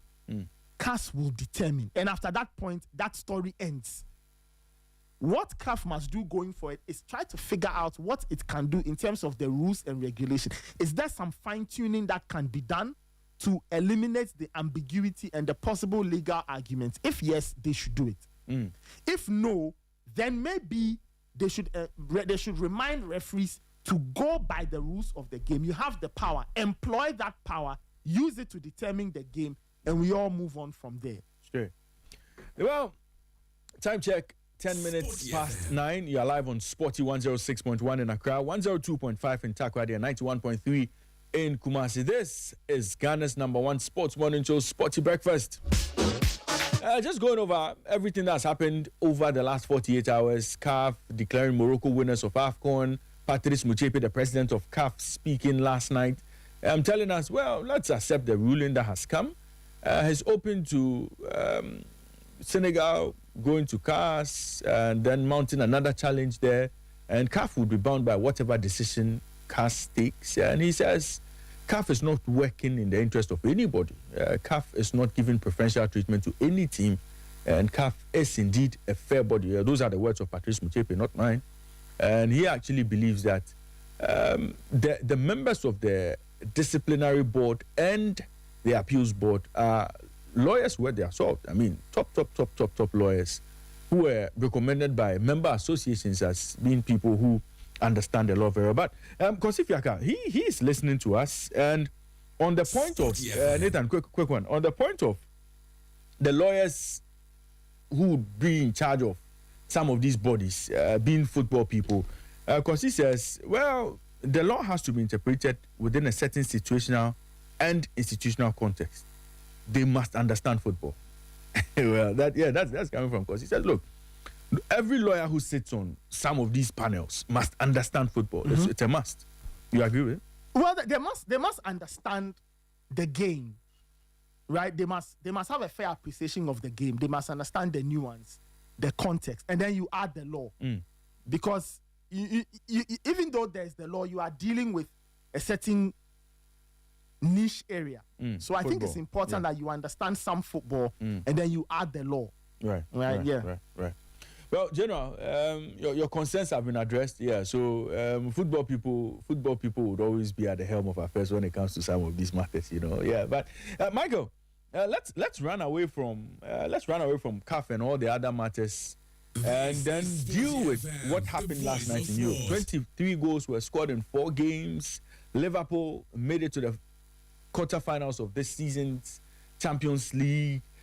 We saw FC Barcelona dismantle Newcastle United, and then we also saw quite a bit from Bayern Munich. They had already won that first leg. They just needed to see this out. And then Tottenham Hotspur, they came back from the dead to win against Atletico Madrid, but it was not enough to take them through to the next stage of the competition. Michael, let's deal with this issue. There's a lot of talk about the English teams and how they've suddenly capitulated at this stage of the competition. So 4 English teams kicked out of the UEFA Champions League. What story does that tell? You would have to look at every single incident of an English team being eliminated and do a proper contextual analysis of it. I think if you lump everything together just to describe the English Premier League, you might make a mistake. Yeah, you can be right for some reasons, but you might also be unfair to whatever this analysis is about. I think that, especially in the case of Tottenham Hotspur, they went through a run in the league phase, and they had to change a coach. Thomas Frank was sacked. Igor Tudor came on board. He had struggled to impose his own ideas on this team. It was such a short period of time. At the same period, you compare it to Atletico. They had a period of sustainability. There was consistency. They continued with their technical structure and then their playing body as well. So it means there was continuity in the camp of Atletico Madrid. It was a different case in the camp of Spurs, similar to the Chelsea incident as well. There were changes to the technical team. So the whole conversation about Chelsea facing PSG and the dynamics around it, PSG continuity, again, certain factors at play. PSG had the luxury of appealing to their league organizing body, and they were given a game rest. They were allowed to extend their preparation towards the Chelsea match. Chelsea, within that period, had to go through the full rigors of playing in the Premier League in a crucial game against Newcastle, and then come face Paris Saint-Germain, who were well rested and had enough time to prepare. So the dynamics around them will be very different, case by case. But I think it does not augur well for the image and then the reputation of a Premier League, because to present 6 teams in a competition and then not being so good, all of them making it this far in the competition, you expected that worst case scenario, 50% of the teams that made it to this stage will progress. But if it happens that it is just 2 out of an available 6, because Chelsea have been booted out, Newcastle is out, Manchester City is out, Tottenham Hotspur is out. So you are looking at 70-80% of the Premier League representation being eliminated in embarrassing circumstances at this stage of a competition. Newcastle were walloped 7 by Barcelona. It was a no contest. On aggregate, it became 8-3. Newcastle scored 2 goals in the second leg and then a goal in the first leg. And so it's 8-3 on aggregate. Chelsea were given a trouncing by Paris Saint-Germain, 5-2 in the first leg, 3-0 in the second leg. It amounts to 8-2 on aggregate. Spurs, yes, yesterday they put up a solid fight and it's credible enough for their reputation. They won the game by 3-2, but they lost the first leg by 5-2. If you put it together, they appreciated in terms of the goals scored, and then they reduced the deficit, sort of, which is okay. So it makes it 7-5. Then Manchester City scored just a goal in 2 legs against Real Madrid. Madrid scoring 3 goals in the first leg and then 2 goals in the second leg, making it 5-1. So you look carefully at these results, and that is damaging for the reputation of the English Premier League. And they will need to really answer. Even for those that qualified, they were against teams that relatively they were better than on paper. And then in reality, Liverpool are better than Galatasaray. I don't care what anybody else says. Then again, Arsenal are way ahead of Bayer Leverkusen in the grand scheme of affairs. So everything points towards the fact that where the English teams met opponents that they are closer to in terms of team strengths and then weaknesses, and then again, where is it that the opponent was even above the English teams, the marker was laid down perfectly that they are not there yet. Barcelona proved to Newcastle that they are not their match. Chelsea, Paris Saint-Germain, PSG exposed how immature and how not ready this Chelsea team is. Spurs badly exposed by Atletico Madrid, just to mirror how inconsistent Spurs has been. And then Manchester City, for all its worth, they were taught a proper lesson that you don't just need to assemble players and then come with a technical plan. You also need character. And when you don't have it in your playing body, you'll be badly exposed. So it is bad publicity, it's bad advert, bad image for the Premier League for them to lose in this manner. But I don't think it goes on to question the quality of the English Premier League by just looking at this game, because we might have that discussion now, and then eventually an English team wins the Champions League by beating almost every opponent they face. Then we would have to change the story. I think to better analyze this, you have to look at consistency for a time frame. Let's say 5 years. You look at the dominance of clubs from that league and how they perform. Again, you look at achievement, success stories, how they've written their stories in the competition. But I don't think you just use this instance of a lot of English clubs being eliminated from the round of 16 stage to conclude that it means the English Premier League is not as quality as people try to put it. Well, Kelvin also on site in studio with me. Kelvin, welcome back. Thanks. Great. There's a little matter of the Premier League clubs getting battered in Europe. Yeah. There were 6 of them, 4 of them are out. We are down to 2. I mean, does this question or raise questions of the quality of the English Premier League? A lot of people say, well, it's just a hyped league. When you see them play in Europe, they see their real side, they see their smoothness level when they go into Europe. I mean, do you agree that the English Premier League is not what we think it is? Well, I think it's still what we think it is. Just that, decision making. I always say that there are games you think that coaches should pick up the games and get to know what works for them. And yesterday, look at the first leg from Newcastle. I'm not sure anybody would have said no, Barca was going to, get this over the line easily.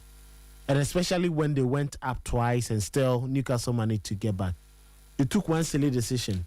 And we know football games, we always say they're fine margins. They took one silly decision from Kieran Trippier to get and commit a penalty when he could have actually followed his man into the box properly. And then they conceded a goal. And they come into the second half, and everyone knows that the trademark of a Hansi Flick side is to play a high line. And you come into a game where Barca is leading just 3-2, and you decide to play a high line in the opening minutes of the second half against them. It was quite surprising, and I don't know whichever coach would do this, because the game wasn't far-fetched. But they just, got it wrong, and then Barca just took advantage of it, because Barca have the weapons. They have the players who can just tear you apart, and then they just decided to rip apart, Newcastle United. For Manchester City, Sporty FM. any team that plays against Real Madrid, it's always going to be difficult, because no matter how poor they may be, the competition lives for them, and they know how to get over the line, especially when they have players who have won it over and over again, and a coach, manager who has seen it all. He wasn't the best in his position during his playing days, but he's clearly given an indication of what experience count for when you get into situations like that. So I think the Premier League is still what it is, but there are moments when teams just get ripped apart. Tottenham was fine. They were always going to struggle against an Atletico Madrid team, and it's not like the parents or the teams that they played against were poor teams. Look at Chelsea against PSG on any day. PSG in the last 2 seasons, I think, has been one of the top European sides. It was just Chelsea that had their laugh over them with the Club World Cup, and because nobody gave Chelsea a dog's chance of even winning that competition, but they went through to win it. So if you look at PSG, yes, they were always going to Real Madrid against Manchester City. It was either going to go one way, and it was not surprising that Madrid eliminates Manchester City. Tottenham against Atletico Madrid. On any day in the last couple of years, you can't tell me that Tottenham has an edge over Atletico when it comes to European competitions. Fine, they might have won the Europa Cup, but Atletico have always been dominant in Europe. So it's not poor. Liverpool and Arsenal have made the progressions, but for the rest or the others who have been eliminated, it does not mean that the Premier League, maybe the manner in which they lost. But did anyone expect that Real Madrid loss to Ajax to have come that way, especially at the Santiago Bernabeu? No. Sporty FM. So these are, flashes. They are moments that do happen in competitions, and you should expect that. Right. It doesn't really tell that the Premier League is that bad, because if you look at all the other, clubs who also played in there, now France has only 1 club. England has 2. It is Spain that has 3. And like I said, if Real Madrid and Atletico Madrid are progressing over Manchester City and then Tottenham Hotspur, it shouldn't really be an issue. So it's quite sad for the English teams, but I think this shouldn't be a testament that they're just that poor and too poor. Newcastle United, I blame the manager, Eddie Howe. I don't know, but I think the first leg I complained about how he set up his team. In the second leg, I still think that he could have set up his team better, because he had all the players. Look at Barcelona's defense. I don't know which team. If Barca had been given to Chelsea, I'm sure Chelsea would have just ripped them apart. Just left Pedro Neto up front and then allow them to just play the ball in those, lines and spaces for them. And even with Barca, who play a high line, in the first half, you could see that they were just very conservative with the way that they play. They just decided to sit back and watch Newcastle get at them. They had flashes of, play that, they considered due to poor defensive work by some of the Newcastle players, including Thiago. I think in the 2 legs, he just gave the game away to the opponents with Kieran Trippier. So it's quite unfortunate, but credit to Barca, Madrid, and Atletico Madrid. Now we'll wait to see, the progression on from here, because Barca, Atletico, and then Real Madrid, Bayern, you get to see whether we would have one. It will be left with 1, or it will be left with 2. Of whether we like it or not, the minimum is 1, because Madrid and Atletico will cancel one out. Barca and Atletico will cancel one out, and then Madrid will see to it whether Abelua can get 1 over Vincent Kompany. Well, lots of interesting games to look forward to in that quarterfinals. But, Michael, let's get back into yesterday's games. What went wrong for Newcastle? They had a very good first leg. They managed to put the taps on Barcelona. Barca only got a goal in that game. But last night, it looked like things did fall apart for Newcastle in very, very strange ways. What went wrong for them, and what worked for Barcelona in yesterday's game? For various reasons, Raymond. And I think the first one will be Barcelona and their false starts to games. They don't really start well. Their first half statistically has not been one of the best so far this season. In the La Liga, even in the Champions League, they have often had to deal with very difficult first halves. And it was going to happen that if Newcastle were going to put up any sort of a fight, it will come in the first installment of the game. So partly, I wasn't really surprised. Again, if you judge by how Newcastle played the first leg, they played their best brand of football, yet it wasn't able to get them a win over Barcelona. Barca found the way. So maybe for Hansi Flick, in as much as they were very average defensively, offensively, yes, they had that swag around them. They scored at will, missed a lot of chances, but they were too casual for my liking, especially with decisions made closer to their goal area. You check the back heel from Lamine Yamal, which eventually failed and led to Newcastle's build-up to their second goal scored.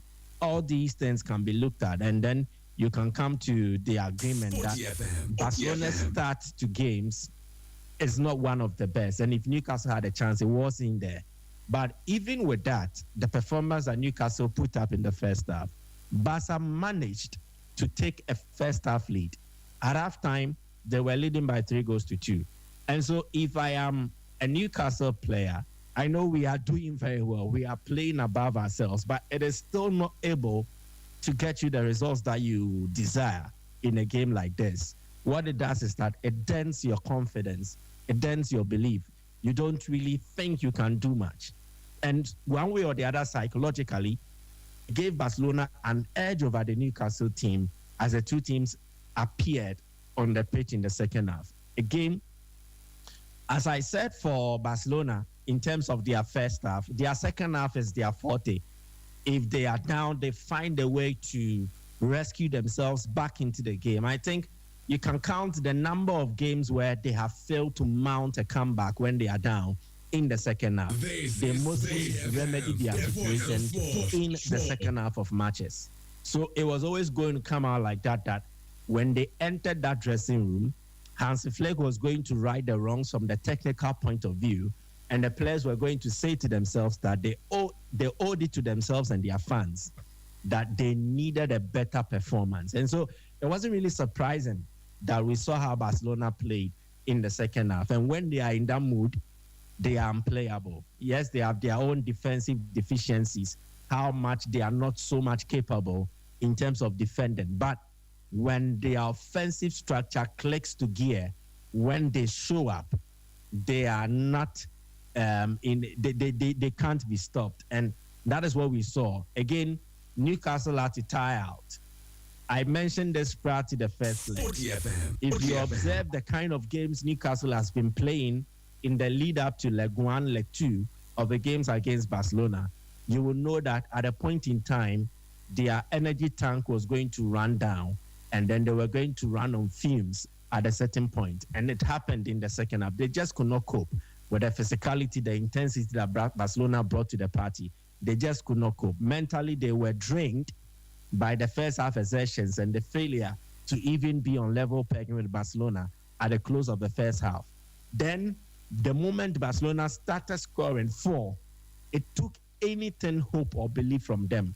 And the moment psychologically you lose it, physically it affects you as well. So they could not match the energy levels or the intensity, and the game was out of their reach or out of their control from then. So I think it is about Barca's overall quality, and that encompasses technical, playing body or personnel, and then the home factor. They were playing at the Camp Nou, and Barca fed off the energy from the fans like Newcastle did in the first leg, and that is clearly well manifested in the game. But I aside the score line and the way it was, if I am a Newcastle United fan, I will not beat myself to pulp because we were eliminated by Barcelona. No, you have to understand certain things, and you don't really record fairy tale endings or miracles or comebacks in instances like this when factors at play do not really favor you. The factors at play did not really favor Newcastle United.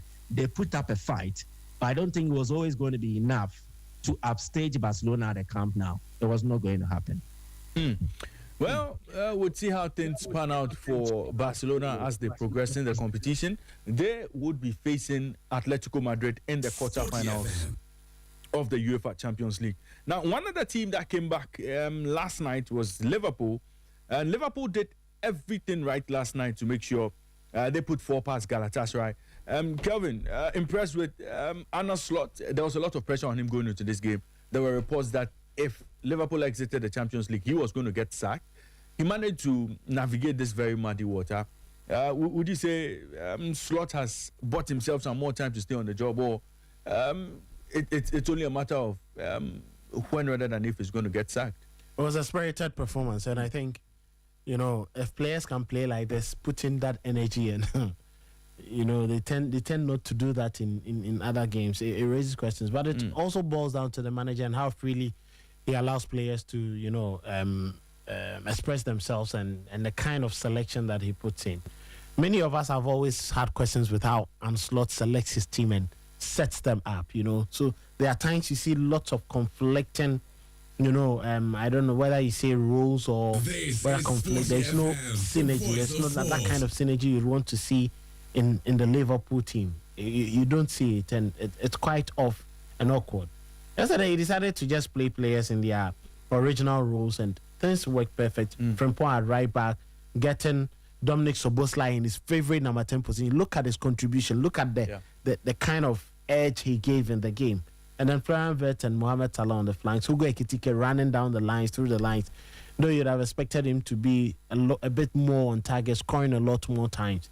His contribution to the game cannot be, downplayed. And it was quite good to see. Slot may not be the extremely ideal person for Liverpool, but I think that he came in at a point where the standards were just too high for him. Thankfully, Klopp had left a framework, and then he just used that framework to just get the league title. But just when he decided to just use his own, employ his own methods, things have been a bit shaky, a bit off, because Liverpool is trying to, see a new path and a new philosophy. How Robertson, Trent Alexander-Arnold played for Liverpool to create chances and overloads on the right or left-hand side for Mohamed Salah and Diaz is different from what Cody Gakpo or Florian Wirtz would offer Liverpool in those similar positions. And now, yesterday, it's lovely to see these 3 players play together. McAllister, Gravenberch, Szoboszlai, and especially when they are on top of their game.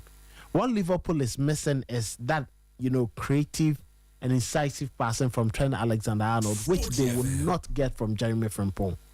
They would have to take some time for them to just adapt to the new style that they play. And, Galatasaray, I just realized there was going to be a lot of difficulty, especially with 1-0. Liverpool would always stand tall. You need an extremely disciplined side, a side that is difficult to break down, to give Liverpool troubles of scoring.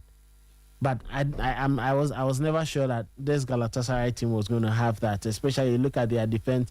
Abdul Karim, Badagi, Wilfred Singo. I wasn't sure they were just going to have these players. Davinson Sanchez probably would have been a stalwart. He would have understood the England game, understood, the dynamics. And in the first leg, he clearly showed how crucial he is to this Galatasaray team and how he understood the Liverpool team and how to just make sure that they were not going to get, the chances and opportunities that they had. So, credit to Liverpool, the way and manner they scored the goals. It was just, they followed up. They were just bombarding, Galatasaray with their men.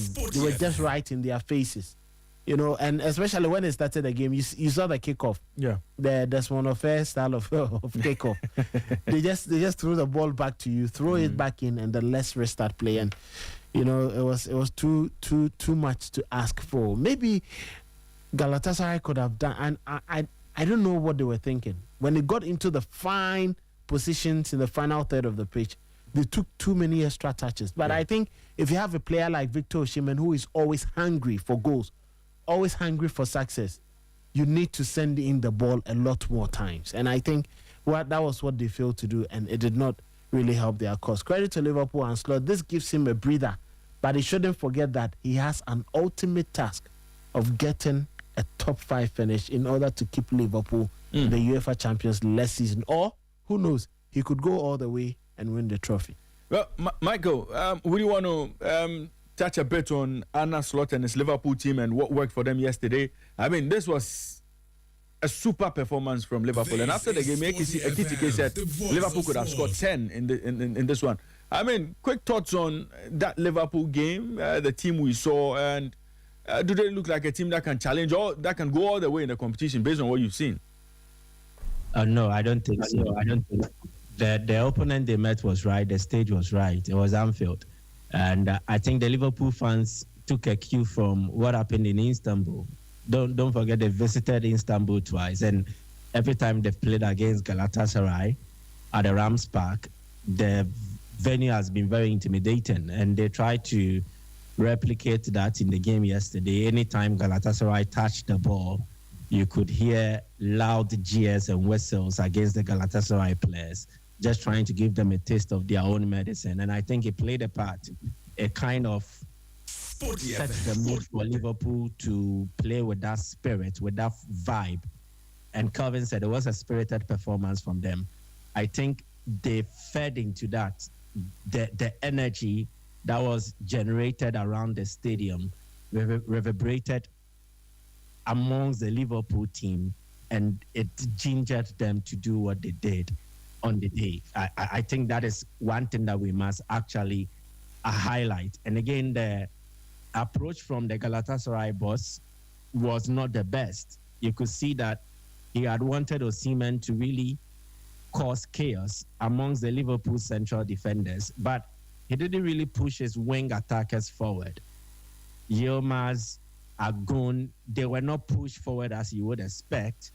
And so somehow it stifled Galatasaray's offensive threat. Liverpool capitalized on that. And that is why we could see the likes of Frimpong, Kerkez very advanced and not really worried about what could become of them if they lost the ball in a counter-attacking situation.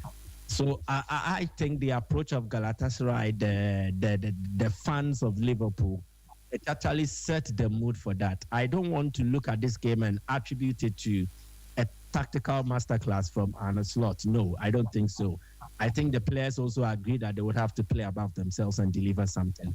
It was more about the emotions, what drove them, more than a tactical outweighting on the part of Arne Slot as against his opponent. And so I don't want to look at it from that context and sing Arne Slot praises. But what do I make of Liverpool beyond this game? I think it is tricky, very tricky, in the sense that they are playing against Paris Saint-Germain, a team who beat them and eliminated them from the competition last season. It probably offers an opportunity for Liverpool to revenge. But Liverpool then and Liverpool now are very different. They don't play with any kind of defensive assurances. They make errors one way or the other. They're a team that are very uncomfortable when you limit the amount of control that they can have in the middle. So I think against PSG, they have their work cut out. It is going to be a tall order. How far do I see them going in this competition? I think the quarterfinal is the farthest Liverpool can go. I don't see them going beyond Paris Saint-Germain, no. Right. Liverpool, they would face Paris Saint-Germain in the next round of the competition. And so we'll be looking forward to that game. And that game would be played very soon. But PSG would play the first leg at home. They would be at the Parc des Princes to take on Liverpool. And then Barcelona would play their first game against Atletico Madrid at home. So the first leg would be at home. Barca would play at home. Now, one other team that qualified last night was Atletico Madrid. They were beaten by Tottenham Hotspur. Michael, just take us through a bit of what happened in that game, because almost everybody thought Tottenham were going to lose that game, but they found a way to perform. What does this mean for Tudor and his team as they seek to fight for Premier League survival? Good momentum for them, looking at what they did in their previous game before this one. I think everything that has happened in the last week, judging by that humiliating defeat to Spurs and the response they gave at Anfield against Liverpool, which ended 1-1, and then the subsequent performance they put up against Atletico Madrid. What it does for Spurs is that it builds their confidence. You could actually see the players fighting. And that was what I expected from this team the moment Igor Tudor was appointed. I think now he's also coming to terms with how he should go about things. He looks to be in a position where he's protecting his players more, unlike in previous times where he's had the opportunity to speak and his comments and everything portrayed that he was trying to throw the players under the bus, whether deliberately or otherwise. But it did not really go that way. If I was a player in the Spurs dressing room, and then I listened to the earlier comments of Igor Tudor when he was appointed after his first game, I would not be so pleased. But now you can see that the situation is changing. And there is a self-realization that where Spurs are is the lowest of debts, and they will need to lift themselves from that pit and then salvage their season. And they are starting to put up a fight. If they had done this in the first leg, trust me, this time would have been different. But then again, better late than never. And these are the positives that Spurs can draw from this. I think they do so well and show much determination and purpose.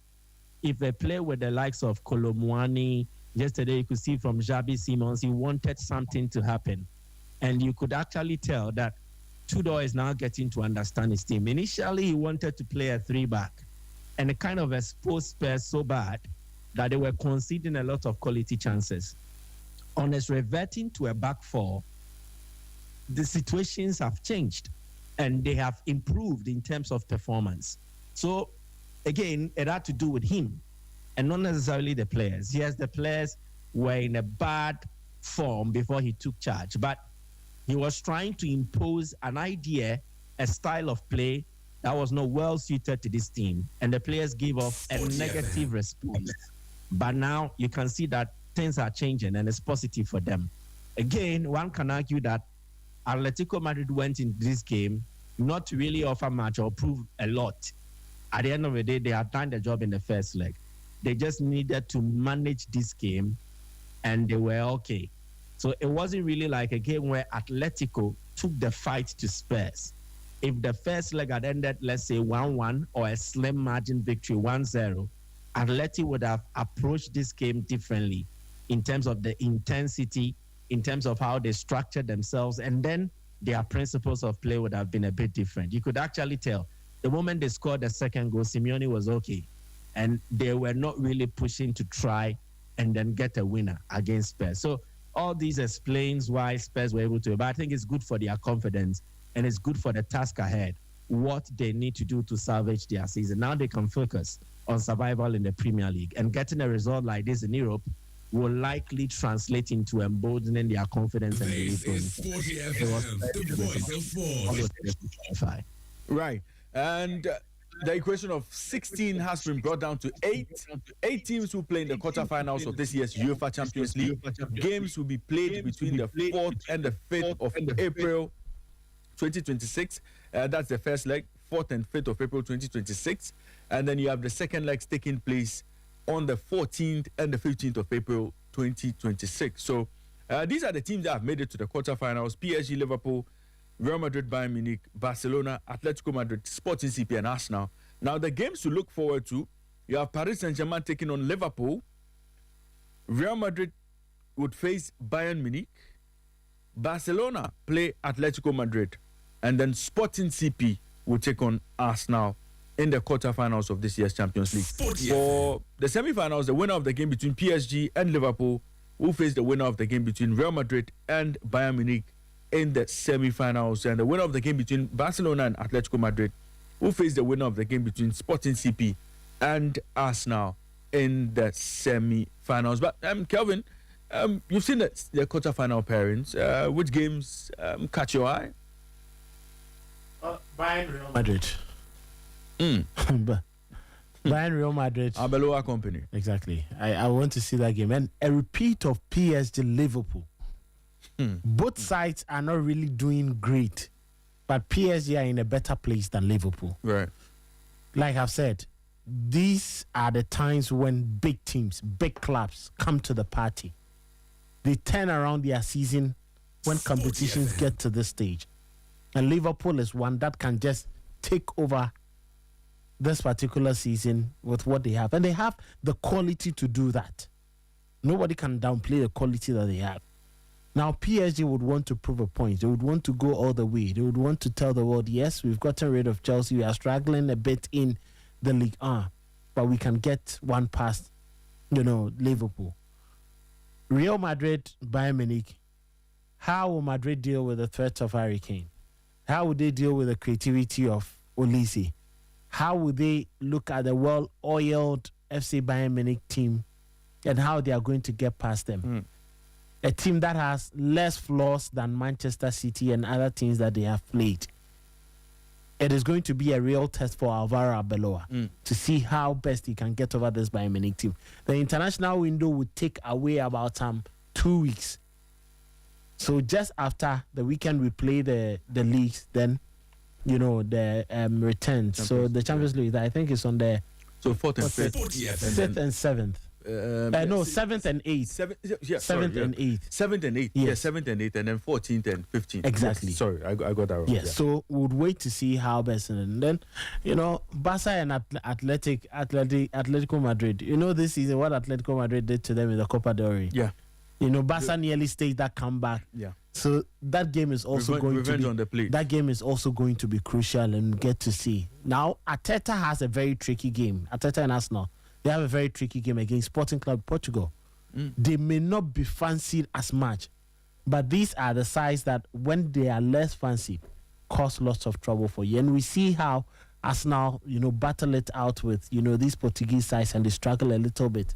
We saw how they struggled, and then they had to be penalty shootout before they got over FC Porto. Sporting Lisbon proves, a stubborn side, as well as, Benfica. Now we wait to see if Arteta truly wants it, and what may be the defining moment this weekend for him, and then the break of the international window to see how he shapes up.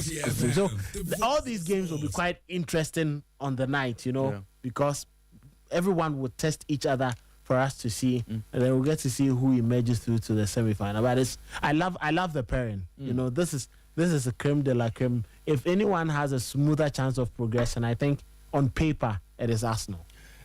Well, Arsenal look like they could have an easy run to the finals of this year's Champions League, but nobody knows what Sporting CP is going to throw at them.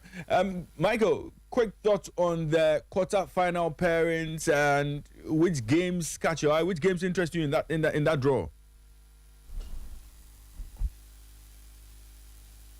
Michael, I can't hear you. I think I muted myself. Can you hear me now? That's right. Yeah, so as I was saying, I think all the matches interest me. There's revenge written around every game. There's a story around it. What makes football games exciting or interesting is the storyline, especially for Arsenal against Sporting CP. Arsenal have suffered elimination at the hands of Sporting CP in an European competition before, and it was under the same Mikel Arteta, 2023. I know Kelvin will remember this very well, when they had secured a 2-2 draw and they felt they had to do the job at home at the Emirates. Ruben Amorim, Sporting CP, came to the venue, played an exciting brand of football. Eventually, the game traveled through to penalties, and then they eliminated Arsenal from the Europa League.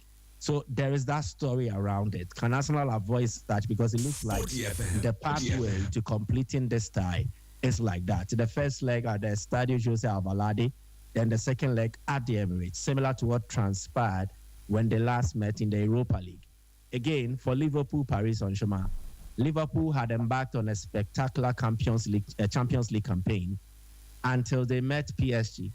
They won the first leg, felt they could do the job in the second leg at Anfield, and PSG changed the script. Again, it follows a similar line. As you mentioned, PSG plays the first leg at home, and then they play the second leg away. Barcelona, Atletico Madrid. The more recent story will be the pain of Barca missing out on the Copa del Rey final when they were trounced at the Wanda, and then they could not overcome that deficit at home, albeit they won by 3-0. So it also feeds into that storyline. And then the story of Bayern Munich and then Real Madrid. The Thomas Tuchel miracle that nearly worked until Joselu showed up and then spoiled the party for Bayern. So there are interesting storylines, and I think all the games are interesting. Everybody who is a football aficionado would definitely want to follow these matches and not miss a single one of them. Right. Michael, let me say a big thank you to you for joining us on the show this morning. Hopefully, we'll catch up again tomorrow morning as we get into other matters from Europe and, of course, the local scene. Thank you very much, Michael. Have a good day. All right. Thank you very much, Raymond, and enjoy the day as well. Sure. And that was Michael Asaribuedu joining us all the way from 91.3 in Kumasi, Sporty FM 91.3 in Kumasi. But before we go, let me take you through the quarterfinal fixtures again. On the 7th of April 2026, Sporting CP will play against Arsenal. On the 7th of April 2026, Real Madrid will take on Bayern Munich. And then on the 8th of April, Barcelona will take on Atletico Madrid. Still on the 8th, you have PSG taking on Liverpool. So there's Tuesday night football that would see Arsenal travel all the way to Portugal to take on Sporting CP. Bayern Munich will travel all the way to Spain to play Real Madrid. And then on Wednesday night, you have Barcelona welcoming Atletico Madrid to the Camp Nou. And then PSG would welcome Liverpool to Parc des Princes. So these are the games to look forward to. But today, let me remind you, there are games in the Europa League. Europa League places in the quarterfinals up for grabs. There's Freiburg versus Genk, Lyon versus Celta Vigo, Midtjylland versus Nottingham Forest, AS Roma versus Bologna, Aston Villa versus Lille, Betis versus Panathinaikos, and then you have FC Porto playing against Stuttgart. So these are the games to look forward to in the Europa League. And then in the Conference League, you have AEK Athens taking on Kelj. You have AEK Larnaca taking on Crystal Palace. Mainz would play Sigma Omuk. And then you have Rakov taking on Fiorentina. Rayo Vallecano plays Samsunspor. Shakhtar Donetsk will play Lech Poznan. You have Sparta Prague playing AZ Alkmaar. And then you have Strasbourg playing against Rijeka in the Conference League. So these are the games to look forward to in Europe tonight. Hopefully tomorrow morning we'll run the rule over some of the games. We'll see if the English teams can progress. There's Crystal Palace in there. They played a pulsating goalless draw against AEK Larnaca last time out. So we'll see how things pan out for them in that particular clash. And then for Nottingham Forest, they were shocked at home by Midtjylland. They were beaten by Midtjylland 1-0. We'll see if they can bounce back to stay in the Europa League. So, and Aston Villa themselves, they also defeated Lille by a 0-0. We'll see if they can do a double over Lille to ensure that Unai Emery and his men stay in the Europa League. So these are the games to look forward to. Kevin, let me say a big thank you to you for joining me on the show this morning. It's been a pleasure having you as always. Thanks for having us. Raymond, yes, it's going to be a long weekend. We are waiting for whatever will happen. Bra Senegal. Bra Morocco. It's good to have you on the show, as always. That was Kelvin Uzo-Ansah. He'll be back again tomorrow with Sporty News Extra. And then, of course, he'll be on the show. He'll be on the morning show as we get into a bit of the Ghana Premier League and then preview some of the top flight leagues in Europe.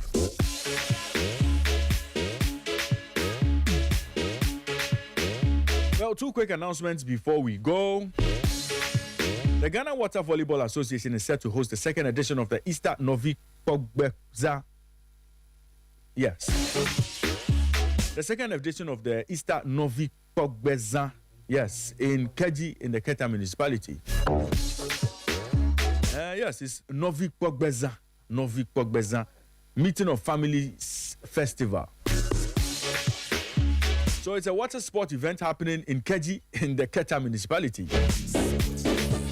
And the schedule looks like this: water volleyball and handball Friday, 3rd April 2026, and then regatta relay on the 5th of April 2026. The National Recreation and Wellness Program has confirmed participation with a delegation led by Honorable Betty Crosby Mensah expected in Keji for this year's festival. So let's go to Keji for the Novi Pogbeza Festival. Novi Pogbeza, or the Novi Pogbe Festival in Keji in the Keta municipality. Polytank has great news for you as well. Have you gotten your Polytank Sumo Super yet? If not, this is your month to save. Get 10% off premium multi-layer Sumo Super Tank from now to the end of Ghana month nationwide. Yes, let's celebrate our heritage together. And this Polytank is built with advanced multi-layer technology, reinforced for superior durability, and Sumo Super is designed to last, giving you peace of mind for your home, your project, or your business. Don't miss this time-limited offer. Visit any Polytank outlet today, ask for Sumo Super, and save over 1,000 Ghana cedis. Polytank, the original, always the best. Polytank says, beware of fraudsters. Polytank does not request for Momo online.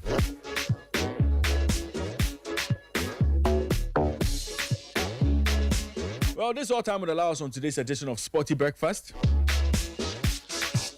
We've been live on Sporty 106.1 in Accra, 102.5 in Takrady, and 91.3 in Kumasi. Programming on Sporty FM continues. In the next 8 minutes, Nathan Kwa will be bringing you Inside French Football. And then we'll bring you the news at 12. At 12:30, Nana Kwame Labi, Immortali Jakwa Champo will bring you the Sporty Plug. Sporty Plug is an exclusive Panthers show. For those of you who want to wager on the Europa League games tonight, you know where to go. You know the program to tune into. Sporty Plug at 12:30. And then at 4 p.m. we bring you Sporty Drive with the Dynamite Fifi Banton. And then at 7, Kosi Fiaka and the rest of the team will bring you European Nights. And then at 10, we bring you our NFL and NBA show, Ball Up Top with Rondo and Winston Michaels. In between time, lots of sporty stories for you, lots of podcasts for you, lots of interesting productions we have put together here at Sporty FM. There's never a dull moment with Sporty FM. Keep your dials locked on 106.1 FM. Keep listening to Sporty FM. Let me say a big thank you to the entire production team. Immortali Jakwa Champo, Abigail Sena Sosu, Emmanuel Ayamga, Yusuf Desaja Isa, Fidelis Nchieje, Angela Mensah, our team lead Gary Al Smith. And a big thank you to the entire technical team for all the support. Biggie, Yeyo, Trish, Douglas, and Jonathan. And a big thank you to all our listeners for tuning in. Let's do this all over again tomorrow morning, right here on Sporty 106.1 FM in Accra, 102.5 in Takrady, and 91.3 in Kumasi. My name is Raymond Yamado. I did this with Nathan Kwao. God willing, we'll be back again tomorrow with another interesting edition of Ghana's #1 sports morning show, Sporty Breakfast. Until then, be good, stay safe, keep listening to Sporty.